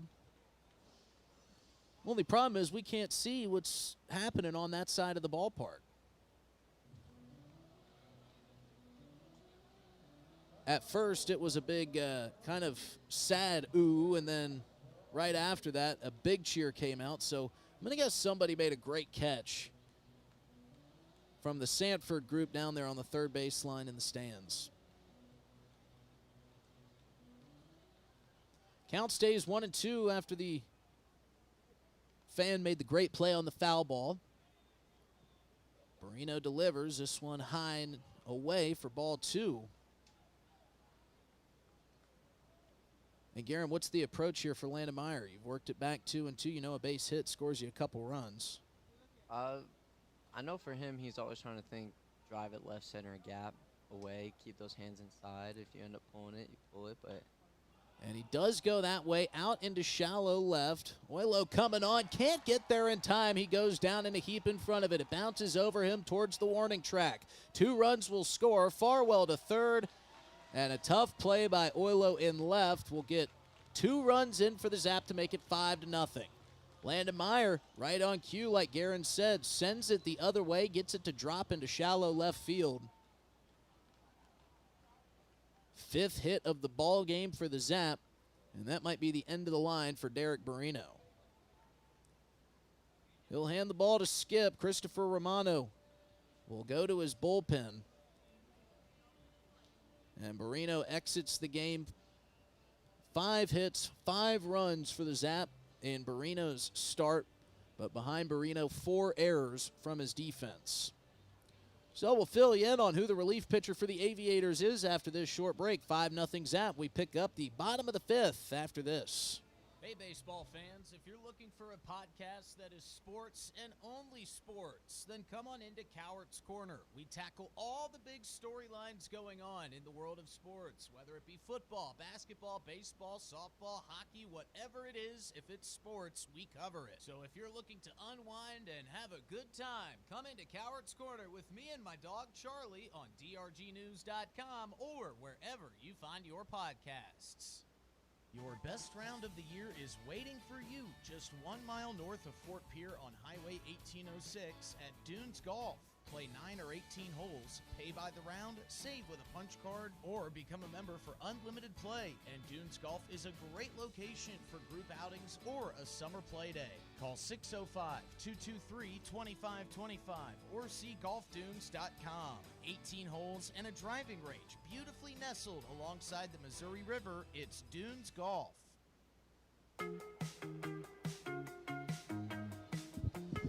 So Derek Barrino's day is done here in the bottom of the 5th inning.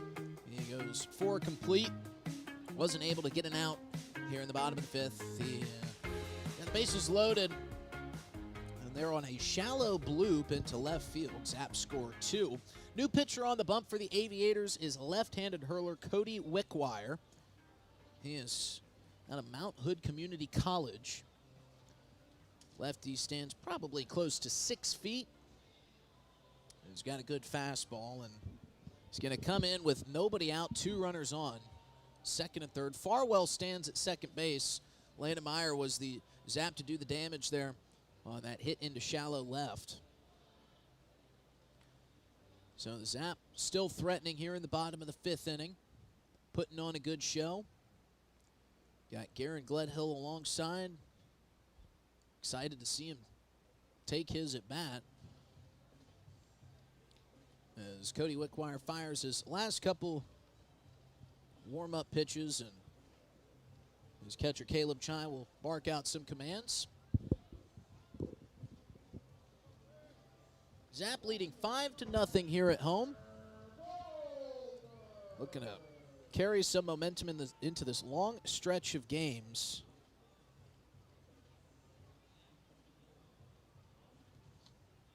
And coming up to the plate, here's Connor Goldberg. He'll dig into the right-handed batter's box. Wickwire set just underneath his Aviators logo. Comes set at the belt and delivers. This one in there for strike one, and he shows off the speed on that fastball in his first pitch.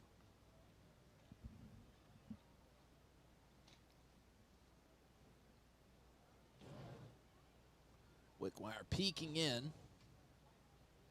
Meyer with a healthy lead from second. Farwell with a nice lead from third. This one runs inside for ball one.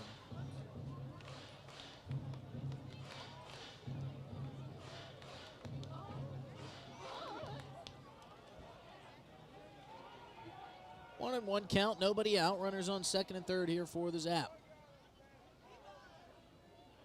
Wickwire fires. That one catches a piece of the inside corner for strike two.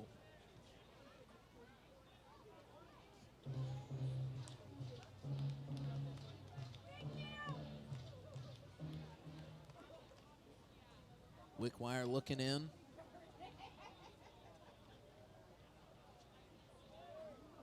Comes set and delivers. This one rifled the other way through the right side for a base hit. 2 runs will score. Well, actually, the throw at home a lot closer than it appeared, but it still stands. Ty Farwell comes in, Landon Meyer comes in, and Connor Goldberg drives in 2 with a stand-up double. 2-strike hitting again for the Zap makes it 7-0 on the 6th hit of the ball game. Second hit great there for approach. Goldie. Yeah. Great approach, great patience, and we've seen a lot of balls driven the other way by the Zap offense today. And it pays off again in the form of 2 RBI. This will bring up Quinn Ludvigsen. Still nobody out.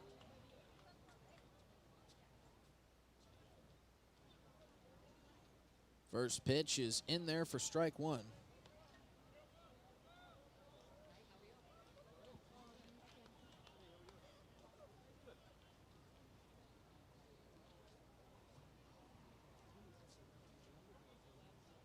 Wickwire pulls the glove up over the top of the cap, comes set, peeks back at Goldberg, and this one up and in, a little chin music for Ludvigsen. He ducks out of the way, but it gets to the backstop, and that'll allow Goldberg to get to third. That has got to be a scary sight when you got a hard-handed thrower from the same side that you hit on come up and in with a fastball like that. A little chin music.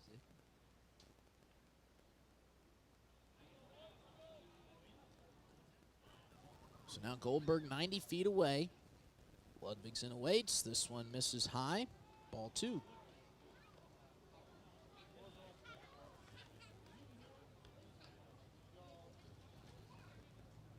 Seven runs on 6 hits. But the big number for the Aviators today has been the errors. 4 of them. Wickwire comes with the 2-1. Bounced up in front. Chai able to block it. And that'll keep Goldberg down at third. Nice foot movement there from Caleb Chai, and he'll go have a word with Wickwire. Fantastic block right there. Yeah, Saves coming from a catcher, that's high praise. Yes.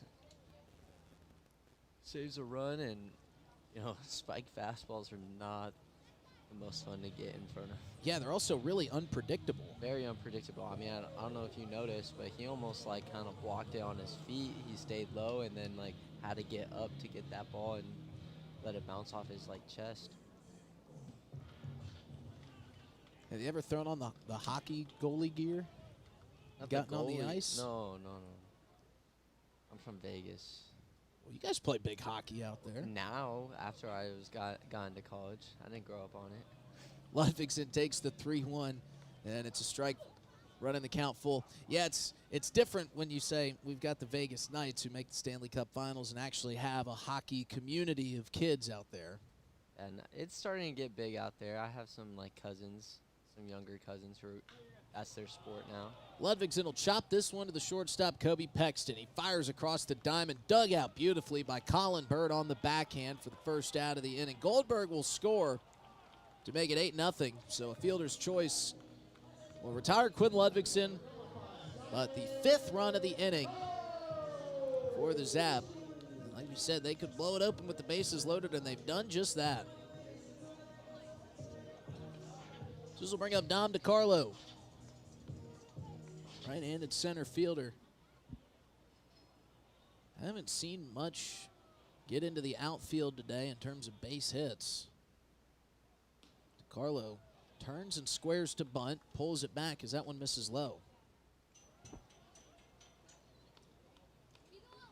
Well, I'm not surprised the hockey community is growing in that part of the country with all the success that newly appointed Vegas Knights squad has had. Here's the 1-0 to DiCarlo. That one inside for ball 2. I'm super excited about the Las Vegas A's, too. Got to get me some gear when I go back. Crazy route for the Athletics to get there. I do feel bad for the Oakland fan base. Raiders in. Yes. 2-0 pitch to DiCarlo. This one rifled into the outfield. The announcers are putting it into play. DiCarlo with a base hit falling in front of Brody Oilo. And the train keeps moving. This will bring up Manny Ely, the newest Zap member. I tell you, my dad loves it, though. He's been a diehard Raiders fan since like the 90s, I think. Yeah, my first coming from Atlanta, we went to a lot of Falcons games. My first ever Falcons game was against the Raiders. And I was a young buck, and seeing the fans and the face paint and the spiked shoulder pads, I about had a heart attack at the age of 6. They go crazy. First pitch to Manny Ely is just a bit outside for ball 1. Yeah, we're getting a lot of Californians coming to Vegas now. I think because of that, some diehard Raiders fans. And, I mean, that stadium's so sick, too. 1-0 here to Ely. In there for strike 1. Yeah, it was Falcons and Raiders, Michael Vick era. I played the 2 teams on Madden. And of course I played as the Falcons. We won 35-10. It's the 1-1 to Ely in there for strike 2. And wouldn't you know, the score of the actual game, 35-10. So there's some useless information that you listeners can take with you today. Manny Ely at the plate, 1-2 count. Runner goes, pitch down and away for a ball in, sliding safely is Dom DiCarlo. Showing off the speed there. So the Zaps steal another base. They've had a big inning here. Pretty much all of their runs have come after a runner has stolen a base. See if Dom DiCarlo, with a right-handed hitter at the plate, might try to take third. Wickwire peeks back, delivers the 2-2 to Ely, fouls it off the end of the bat.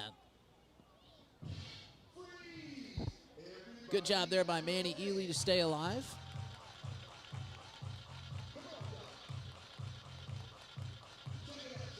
Ely, as we mentioned, in his first at-bat with the Zap, rifled a double coming off the bench. And I think Jamie Habiger said then, I think we've got a good one in Ely. Hasn't reached yet tonight. Looking to change that here and show off the speed. 2-2 pitch to Ely. High and away, and he works the count full.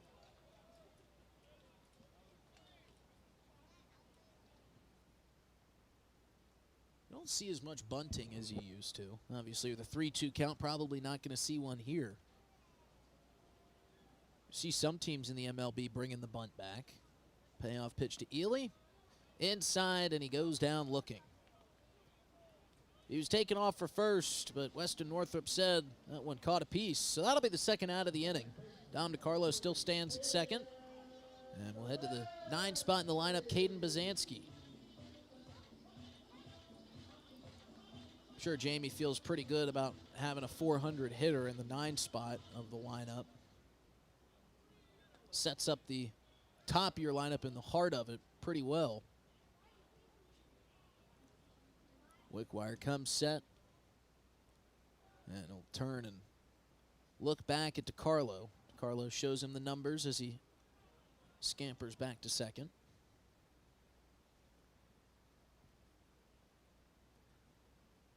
Bazanski taps the dish and awaits.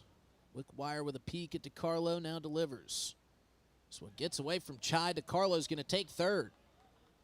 Good heads-up running. And like Garen and I have talked about a couple times, it's that split-second decision. You see the ball get away from the catcher.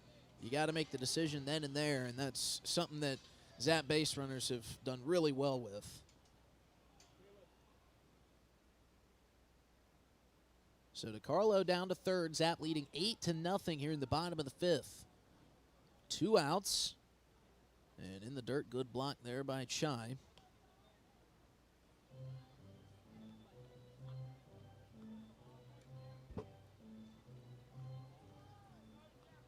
Bazanski waving the bat. Gavin Frazier on deck. 2-0 count. The lefty delivers that one towards the top of the zone for strike 1.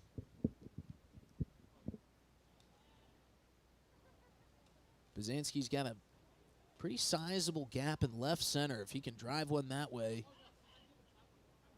he can certainly get to second, maybe even get to third. Trade spots there with Dom DeCarlo. That one will miss outside. Hitters count 3-1.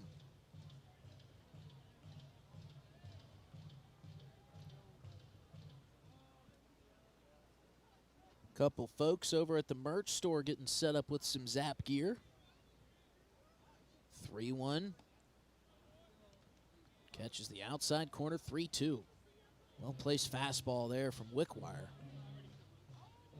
This has been a long inning for the Aviators. Their defense ready to get off the field. 5 runs given up. Bazanski trying to make it 6. This one in the dirt, blocked by Chai, going to roll right down the third baseline, the direction of Dom DeCarlo. The only question was, could he beat Chai to the ball? Because if he could get past him, he'd be able to score. That's a tough But one. if not, he'd be dead to rights right there on the third baseline. I mean, that thing, if that were a bunt, that would have been the most perfectly placed bunt in ILB history. That's how slowly and perfectly it rolled down the fair side of the third baseline. So DeCarlo will stay put.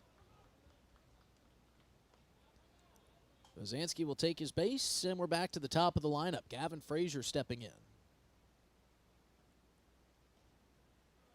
This one high and away for ball 1.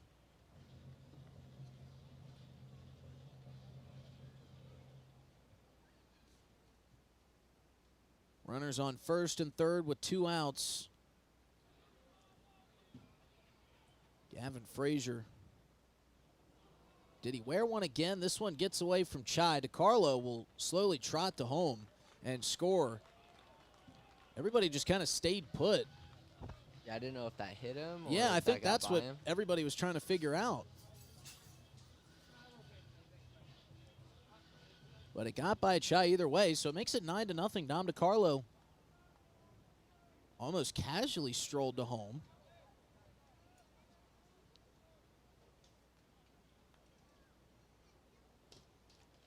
(2-0) to Frazier. And Bazanski was able to get to second on the pass ball. This one catches a piece for strike 1. I like the patience right now. They're doing a good job at just trying to make him throw strikes. Try not to force anything. Try not to force anything, exactly. Trying to look for one pitch. You get 3 for a reason. This one high and away, and it gets away from Chai again. So Bazanski will make his way to third. This has kind of been the downfall here in the 5th inning. Zap have done a good job putting the ball in play. But as Garen just mentioned, done an even better job of staying patient at the plate.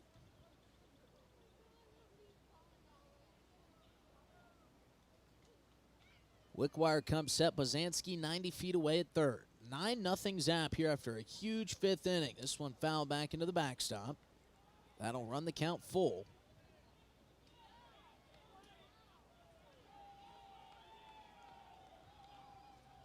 And somebody getting a big cheer from the Sanford crowd. Going out there getting that loose foul ball.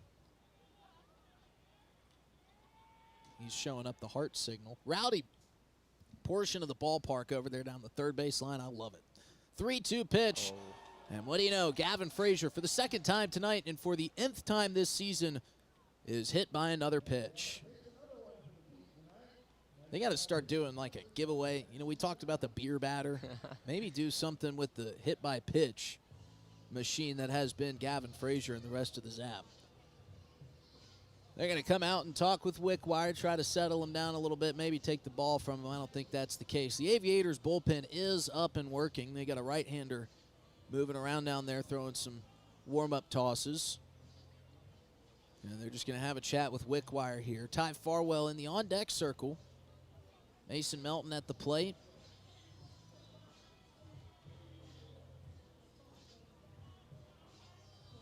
And what can a game like this do for a ball club as you get into a heavy stretch of games? Depends. You know, sometimes you get a game like this and you end up being lackadaisical,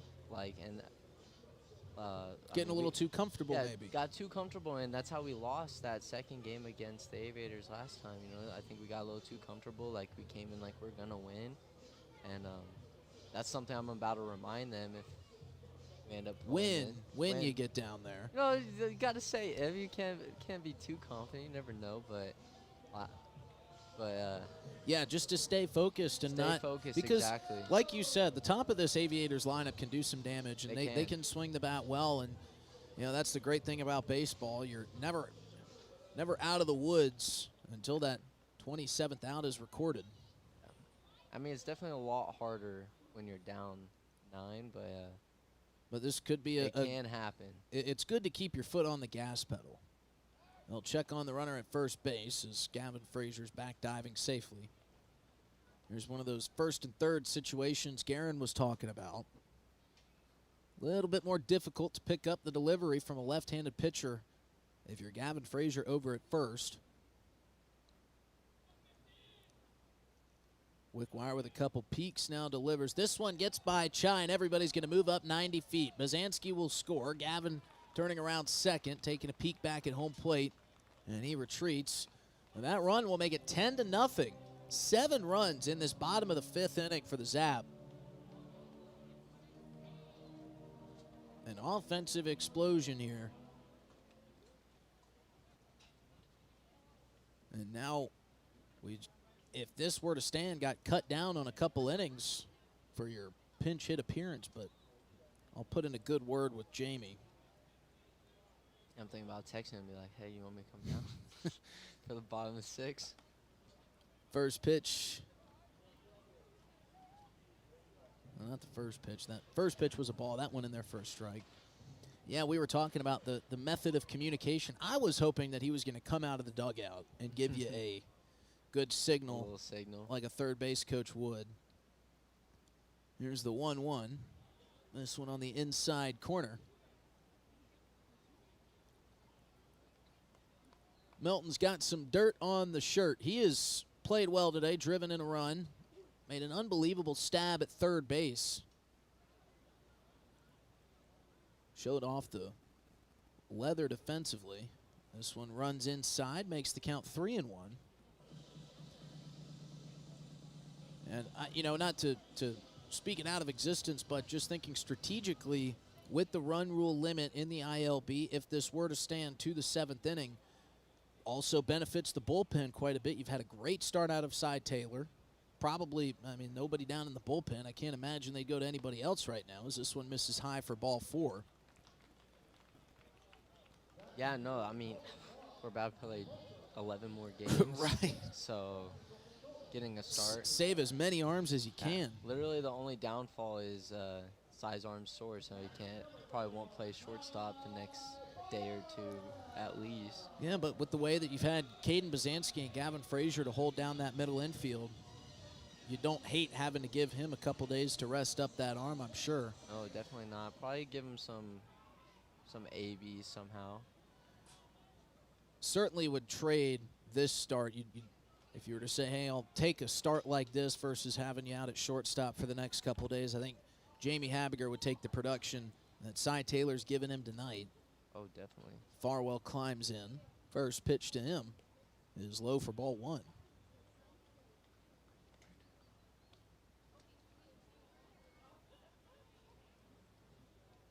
It's been a steady coverage of gray clouds. Non-threatening, but a perfectly shady day here at Hyde. 1-0 pitch to Farwell. Outside ball 2.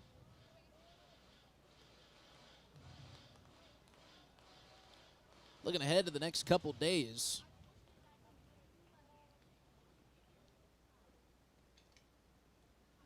He's going to creep up into the 80s tomorrow. It's two-ball count, turns 2-1 as Farwell takes a strike on the inside corner.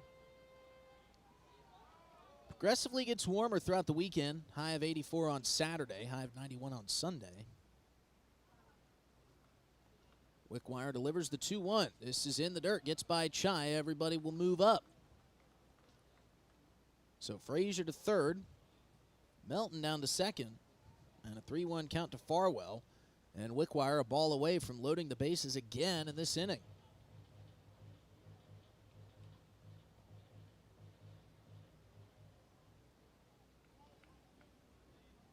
Couple kids down waiting near the chute where the kids run the bases.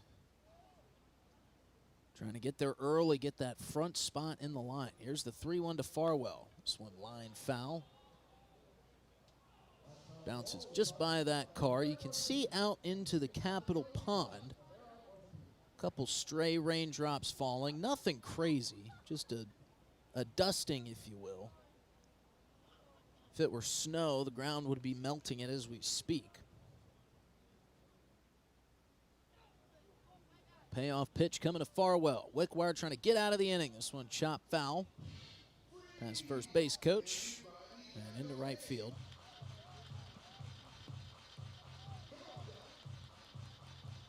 The bullpen work has come to an end down there for the Aviators. Whoever was warming up is now plopped down and going to watch the game from the left field corner. Farwell with a slight waggle of the bat. 3-2 pitch bounced into Chai. That's ball 4. Chai can't find it, but it's camped right underneath him. He finally tracks it down. So now the bases are loaded again. Landon Meyer going to come up and try to do a little bit more damage. And this might be the end of the line for Cody Wickwire. And we do have a call, not to the bullpen, but to the broadcast booth. Garen Gledhill has exited the booth. He is going to head down, and he is going to go get ready for his pinch hit AB. Hopefully we can get him back up here. They will make a change on the mound. Cody Wickwire's day is done. And it looks like they will bring in Taylor St. John, the right-hander, out of the bullpen. So it's 10-0 Zap here in the bottom of the 5th inning. 7 runs here in this frame for the Zap. They got the bases loaded. We'll see if they can do damage here once we get the new pitcher for the Aviators in. And we'll see if it is in this inning where Garen Gledhill might be hitting. We'll be back after this short break on River 92.7. Zap still up, looking to add onto this 5-run 5th inning right after this. These days, people consume information at different times of day and through a variety of different platforms. That's why DRG Media Group's AM and FM radio stations, DRGnews.com website, and DRG mobile app provide local news, sports and weather, music and entertainment news, area high school athletic events, and more. But as members of your community, we want to hear from you too. Are you not hearing what you want to hear? Do you have an event coming up that you need advertised? Then let us know by using the Contact Us feature on the DRGnews.com website or on the DRG DRG News app. You can send us a song request, a news or sports item, a request for advertising information, and more. Fill in your information, select which type of inquiry you have, provide the relevant details, then click Submit. We make qualifying information available to the public using our DRG Media Group radio stations, drgnews.com website, and DRG News mobile app. Thanks to our advertisers, it's all available to you for free. drgnews.com and the DRG News app are updated throughout the day, so check back often. Going to be Taylor St. John on the mound for the Aviators as the Zap have unloaded here in the bottom of the 5th inning. Hello, everybody. Justin Cowart welcoming you back into the broadcast booth. Thrilled to have you along. And it was Garen Gledhill up in the booth with us, but he has run down, he's grabbed a bat, and we hope to see him here in the bottom of the 5th inning. We'll reset the stage for you. Zap, as we said, have gone off here in the 5th for 7 runs. And they have bases loaded here with 2 outs and still threatening. And a new pitcher for the Aviators on. Derek Barrino got the start. And as we said all evening, you know, he pitched well, came in with an 11.20 ERA. So was looking to get that down and didn't really give up many hard hit balls. He would go 4 innings pitched, giving up 4 hits. But behind him was 4 errors. And now Garen Gledhill will climb into the left-handed batter's box. First pitch to Gledhill is in there for strike 1. He checks out Landon Meyer in the designated hitter position. And he drives this one into left center field. That's going to get down for a base hit. Out of the broadcast booth into the batter's box, and Garen Gledhill drives in 2 runs and makes it 12-0. And I must say, I couldn't be more proud of my partner in crime, Garen Gledhill. And he's waving up to the broadcast booth, and that's better than any foul ball coming into the booth here, Cortana, I'll tell you that. So Garen Gledhill picks up 2 more runs here in the bottom of the 5th. That is 9 total here in this frame. And as quickly as he got into the box, he is off, and he will be pinch run for by A.J. Ponciano. Who I got to tell you, Ponciano has got quite the head of hair on him. He was wearing his hat today. I hadn't seen him in a while, and I thought he was wearing a wig. It just turns out his flow was that luscious. And he's over there at first base, pinch running for Garen, who is getting his congratulations in the dugout and getting ready to head back up here. This one will be softly lined to second base, played on a hop to second for the final out of the inning. Good little piece of glove work there from Kurt Heath, and Kobe Pexton retires the side. 9 runs in the bottom of the 5th inning for the Zap, makes it 12-0. Cy Taylor headed back out onto the bump. 8 hits, 12 runs, and 4 errors have helped the Zap get out in front to this lead. And also helping out was Garen Gledhill. He'll join us back up in here in the booth here in a moment. 12-0 Zap. We head to the top of the 6th here on River 92.7. At Darren Boyle Sales, I have the Bush Hog equipment on hand to help you with your spring projects. Right now, I have Bush Hog mowers on hand in sizes from 6 to 20 feet. Bush Hog rear-mounted blades, Bush Hog tillage equipment including 4 sizes of rear-mounted tillers, and Dixie Chopper zero-turn mowers on hand. 3 different models available with prices starting at $49.95. Check out my large selection of farm equipment at the lot on Sale Barn Road in Fort Pierre. Like the Darren Boyle Sales Facebook page or shop online anytime at darrenboylesales.com. Ameriprise Advisors can work with you to provide personalized, goal-based advice based on your short and long-term goals. Plus, you can track your investments and financial solutions with our digital tools and regular meetings. Call Ameriprise Financial Advisor Angie Teason with Wealth Partners, a private wealth advisory practice of Ameriprise Financial Services, LLC, at 605-224-6777. That's 605-224-6777. Office is located at 740 East Sioux Avenue, Pierre, South Dakota. Ameriprise Financial Services, LLC, member FINRA and SIPC.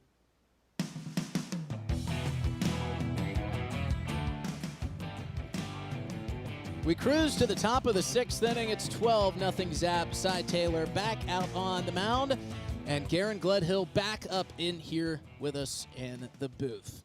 He is coming off the RBI single that drove in 2, and we had talked about a couple different scenarios. What we didn't talk about was losing a dear friend It died a hero, but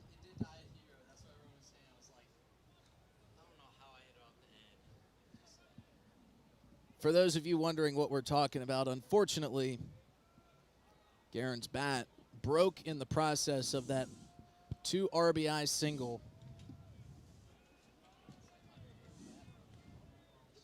Really? Summers, I've broken 1 bat each summer.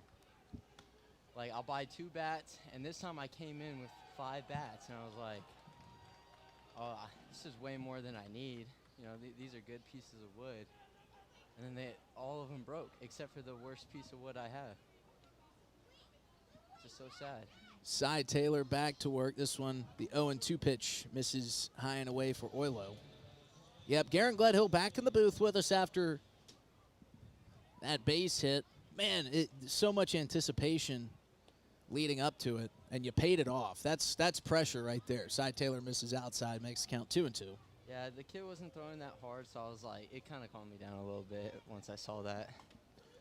Yeah, it's got to be hard to come off the bench cold or come off the headset cold. This one misses high, and Oilo has worked the count back to 3-2.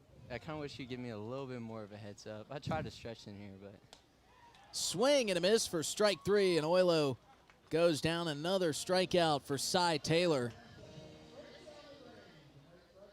Yeah, that was we saw you exit the booth and get down there. Next thing I know, I see you taking some hacks out there on the dirt in between home plate and the dugout. I said, that was quick. yeah.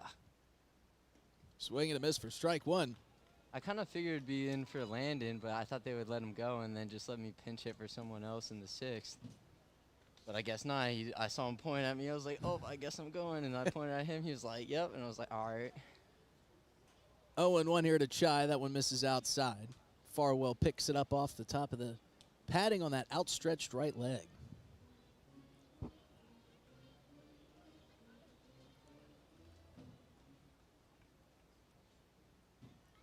Chai with a Jeff Bagwell type stance. Squatted down, swings over top of that off-speed pitch. Well, you can't expect him to be texting you out there when he's coaching third base. Yeah, I figured he'd give me a heads up, like, in maybe pitching. 2 innings out or something. Yeah. No, like the half inning before. Hey, you're gonna go in for blank if he gets up. Well, it paid off whatever he did. Yeah, I'll take it. The 1-2 just missing outside for Taylor. Maybe I should have waited for a fastball that was like in. That still might have broken the bat if you go in on the hands, but Yeah, but maybe I would have hit the barrel instead. this one way outside from Farwell. Skip to the backstop. Nobody on, 1 out. No damage done for Taylor. Count back to 3-2. Lucas Tolley getting some big cheers from the Sanford crowd here. Here's the payoff pitch. This one misses high. Dang it. And that is the first base runner of the ball game. First base runner. Brings an end to the perfect game bid. I didn't even notice until the 5th when you said it. When we kind of. Well, I didn't say it. You didn't say it. Because I didn't want to jinx anything, but I do have to do my due diligence as a broadcaster. Yeah, when you to let said them there's know. not been a base runner, that's when it clicked for me. I was like, it really hasn't. Brady Glenn's looking up here in the broadcast booth like he heard me and thinks I did make a mistake, but there's still a 0-1 aspect of the scoreboard. Cy Taylor's first pitch in there for strike 1. Big swing and a miss there for Sam Fassbender. And he is our beer batter tonight, which if he strikes out, you get a discount on beer here at the stadium. Is that correct? That is true. And you've been the beer batter a time or two and on some road games and left some fans disappointed. I love being the beer batter. It like puts a little, at first when the first couple of times I was beer batter, you know, you feel like it adds pressure, and then eventually you just realize it's not really pressure. It's just more fun. Yeah, you get to let down the home crowd when you're on the road. Here's the 1-2. This one chopped to the third base side. They'll go to second for 1, on the way to first for 2. That one's just a bit late in the dirt for Ludvigsen. Nice turn there from Mason Melton to Caden Bazanski, though, for the second out of the inning. So 2 outs, runner on first. Fassbender showing off that speed in his name and getting down to second, although it's spelled F-A-S-S, not F-A-S-T. Sam is still pretty quick, though. And we go back to the top of the lineup. Ryan Devereaux climbs into the left-handed batter's box, and Fassbender going for second, but he foul tips it at home, does Devereaux, so Fassbender will have to trot back to first. He was moving, though, that's for sure. And I see the buckets making their way down towards the dugout, which means the hardest game to win in all of stadium sports is about to take place. Devereaux awaits the 0-1 from Taylor. They'll have to wait a little bit longer. They check on Fassbender over at first. He crawls back.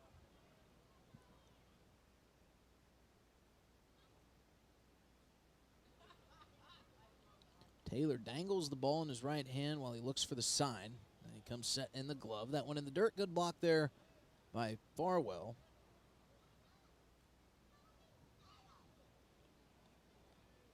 See if the wiry Fassbender will attempt to steal second again.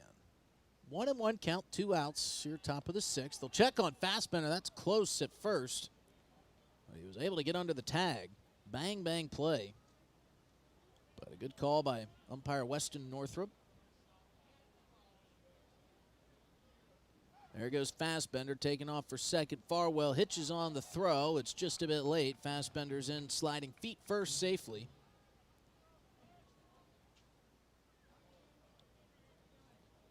So Devereaux with 2 outs has a runner in scoring position and a hitter's count, 2-1. Goldberg playing him shallow in left field. Dom DiCarlo working out the throwing arm out in center. Cy Taylor missing high for ball 3. And Manny Ely just looking happy to be in Pier out and right.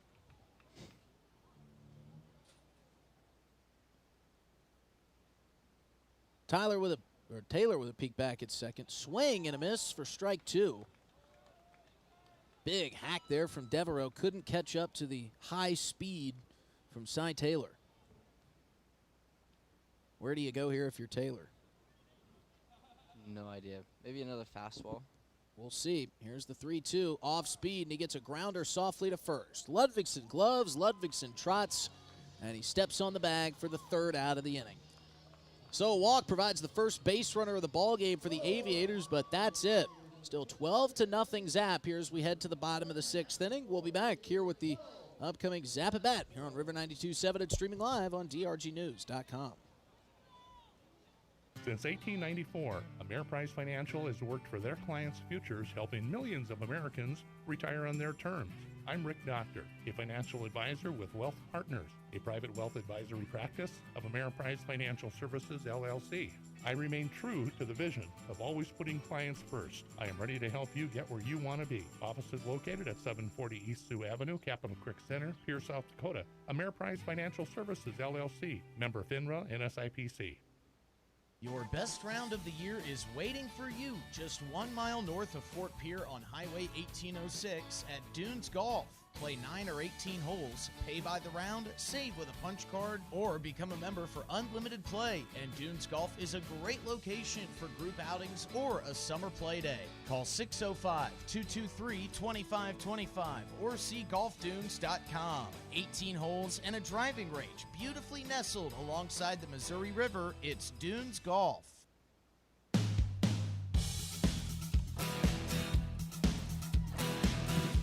Well, somebody from the Sanford group here tonight has won the 50-50 raffle. So congratulations to whoever's going home with the pot. 50-50, always a fun game. Could never seem to win at the 50-50 raffle.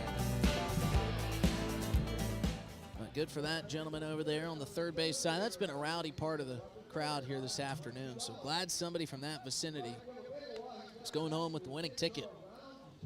12-0 Zap. Here as we head to the bottom of the 6th inning, a 9-run 5th. Would help the Zap get out to this big lead. Quinn Ludvigsen will be leading us off. It'll be 6-7-8. Due up for the Zap here in the 6th. And for them, all things considered, really hoping this is the last time they get to the plate. It's been an unbelievable outing from Cy Taylor. He's given you 6 amazing innings. If you do outlast and hold this double-digit lead into the bottom of the 7th inning, they'll say that's it, that's ball game, and that saves some bullpen arms for this long stretch of games coming up. Oh, definitely. It's just been outstanding attacking hitters, getting on the bump, working quick. Colin Bird will come in as the newest relief pitcher for the Aviators. He makes a move from first base. Brandon Buchanan will head over to the first base bag. Pitch from Bird in there for a strike to Ludvigsen, evens the count at 1-1.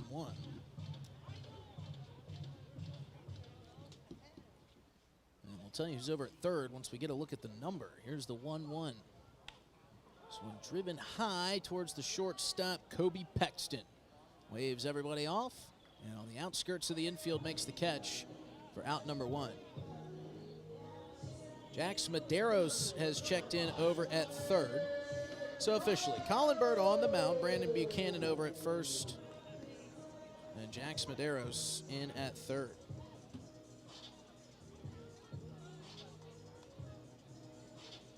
This will bring up Dom DeCarlo. Carlo got on, showed off the speed in that big 5th inning. He bats here with nobody on, 1 out, and takes a first pitch strike.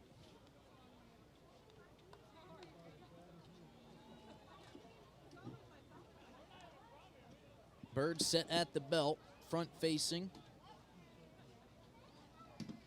Delivers this one foul off the end of the bat into the netting, and Bird quickly ahead 0-2. You know, looking at the outfield setup, you got for your defense, Garen, you got Manny Ely in right, Dom DeCarlo in center field. You get a couple different guys with some speed playing in left. It's got to feel pretty good when you see balls flying that direction. Oh, definitely. I think our outfield this year has been fantastic. Just tracking down balls and, you know, just being really good defenders. And then you add a guy like Manny Ely into the mix. Yeah, that just makes it a lot better. Not a lot of ground to drop in base hits out there. No. 1-2 to DeCarlo. He took a ball in the outside corner. He fouls this one off into the netting behind home plate. And Lucas Tolley is getting cheered for every foul ball he goes to pick up.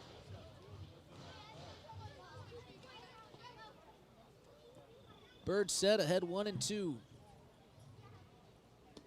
Just off the plate. Manny Ely in the on-deck circle. Caden Bazanski in the hole. I don't know if you noticed, but Brady Glenn is a third base coach this inning. There he is down there. He's checked in for Jamie Habiger. That is strike number 3 called on the outside corner to Dom DeCarlo. He didn't like it, but he accepts it. That'll bring up Manny Ely with 2 outs, nobody on. And Aiden Johnson, not the only guy on that coaching staff that'll say, hey, I'm going to surrender my my role to somebody else in the dugout. Knowing Brady, he probably asked for it. Hey, let me coach third just for this happening. Manuel Ely takes a ball in the outside corner out of Avila.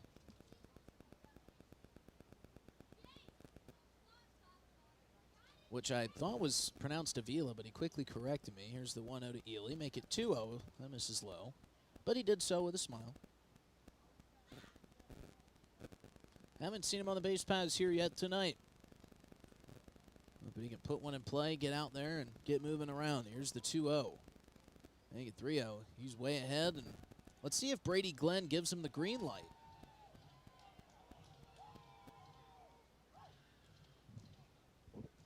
I wonder how much control Jamie has given to Glenn over there at third base. Here's the 3-0. And Ely draws a 4-pitch walk. So we'll see if the newest Zap third base coach gives Ely the steal signal up 12-0. I can't imagine he would, but like Aaron told us earlier, it's kind of, hey, run at your own risk. Kind of doubt right now if he's going to steal. I don't think so either. I'd love to see it. Yeah, I would love to see it too. Just because I want to see him flash the speed, but we understand. Got a position player on the mound for the Aviators. They're trying to save some arms as well. Birds looked good, though, in his relief appearance here in this half inning, and he gets a first pitch strike in to Caden Bazanski.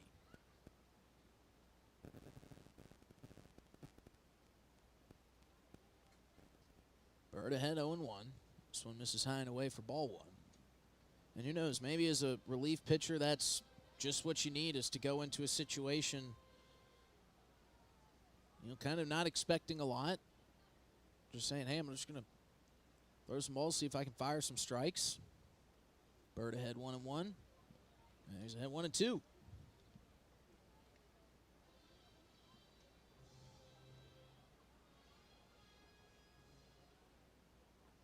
Bazanski awaits. Quick peek over at Ely at first. Couple extra looks, and now delivering the 1-2. It's low, make it 2-2.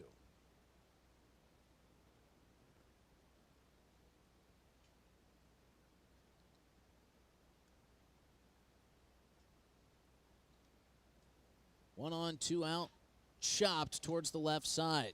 Gloving and firing is Kobe Pexton. It gets by the first baseman, Buchanan. Ely gonna round third and be held up there. Bazanski will trot to second. It was a tough play. It was a slow chopper to Pexton at short. He did a nice job gloving it, couldn't get the throw on target. And you're throwing to a guy in Brandon Buchanan who hasn't played the position yet until this half inning. And all of that, it's runners on second and third for the Zap here with 2 outs in the bottom of the 6th.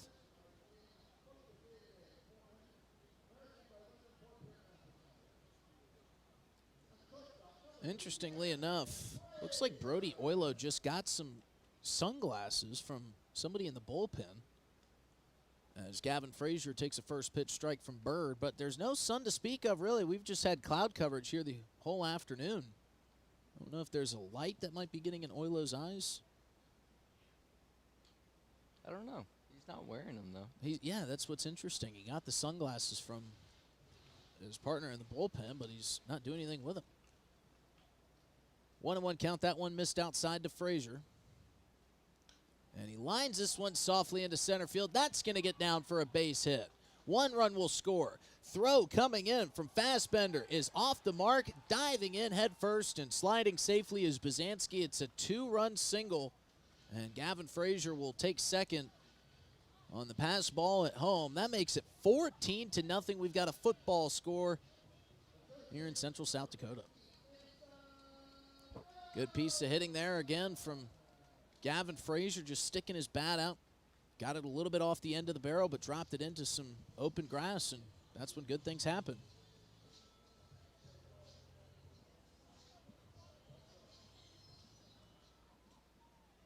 So that'll bring up Mason Melton. He's looking to do a little bit more damage. 11 runs in the last 2 innings for the Zap. Melton will take a first pitch strike.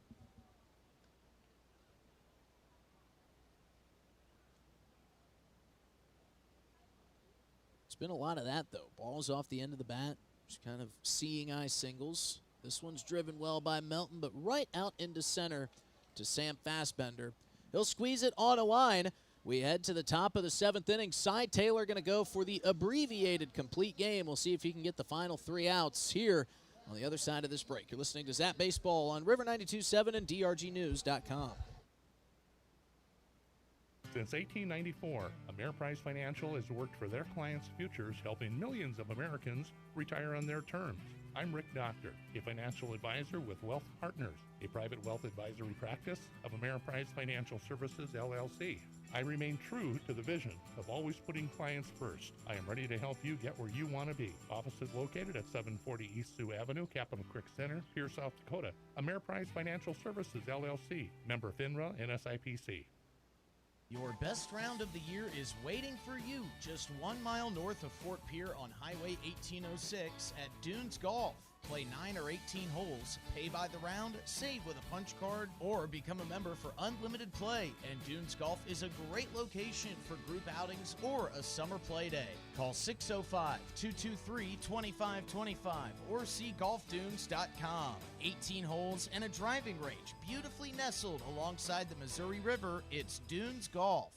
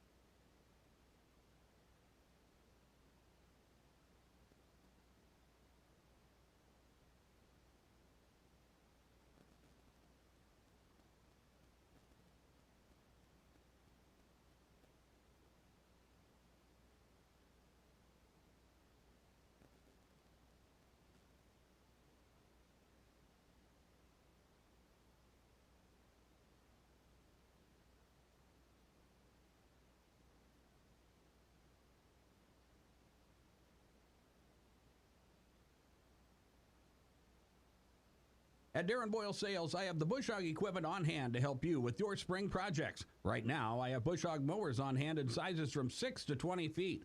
Bush hog rear-mounted blades, bush hog tillage equipment including 4 sizes of rear-mounted tillers, and Dixie Chopper zero-turn mowers on hand. 3 different models available with prices starting at $49.95.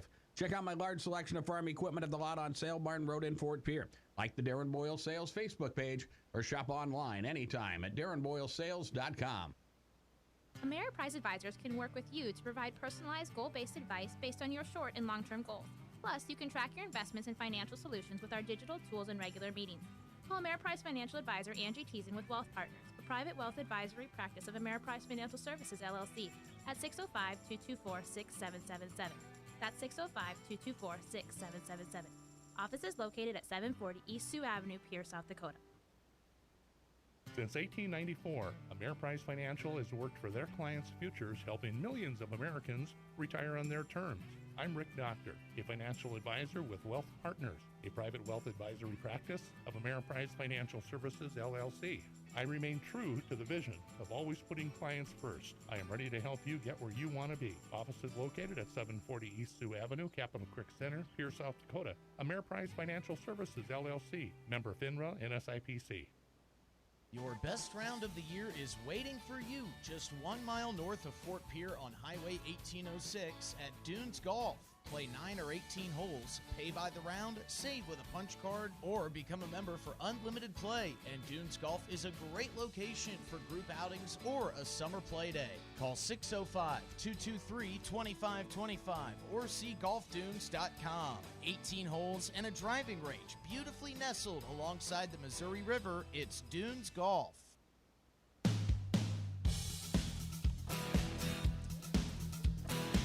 Wrapping up here at Hyde Stadium, Zap get the win 14-0. All Zap here tonight over the Capital City Aviators. Zap jumped out in front 2-0 in the first inning.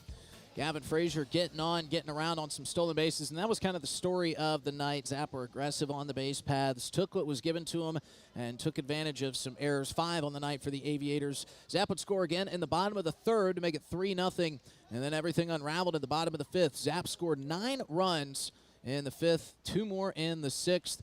Garrett Gledhill, my color commentator, got in for a pinch hit RBI single that drove in 2. A lot of stolen bases, like we mentioned. A lot of aggressive base running paid off for the Zap tonight in this 14-0 victory. As we look ahead at the upcoming schedule, they will be playing the Aviators the next 3 days. Tomorrow night at 6:05, Saturday night at 6:05, and on Sunday evening at 5:05. They'll be on the road against Spearfish for 4 games before coming back home July 3rd. That'll be a Friday night ball game that we'll have for you on River 92.7. They'll play the Aviators on Saturday as well, and then take on the Bison before their upcoming 3 off days, July 7th through the 9th. Big game for the Zap. We appreciate you tuning in on River 92.7. They take the win 14-0. We'll be back, the Zap will tomorrow night. We'll be back on July 3rd as they will take on the Aviators again. For Cortana Mancuso on the camera, for my partner in crime, Garrett Gledhill, I'm Justin Cowart saying so long. Thank you for tuning into this Zap broadcast. Have a great Thursday, Friday, and Saturday.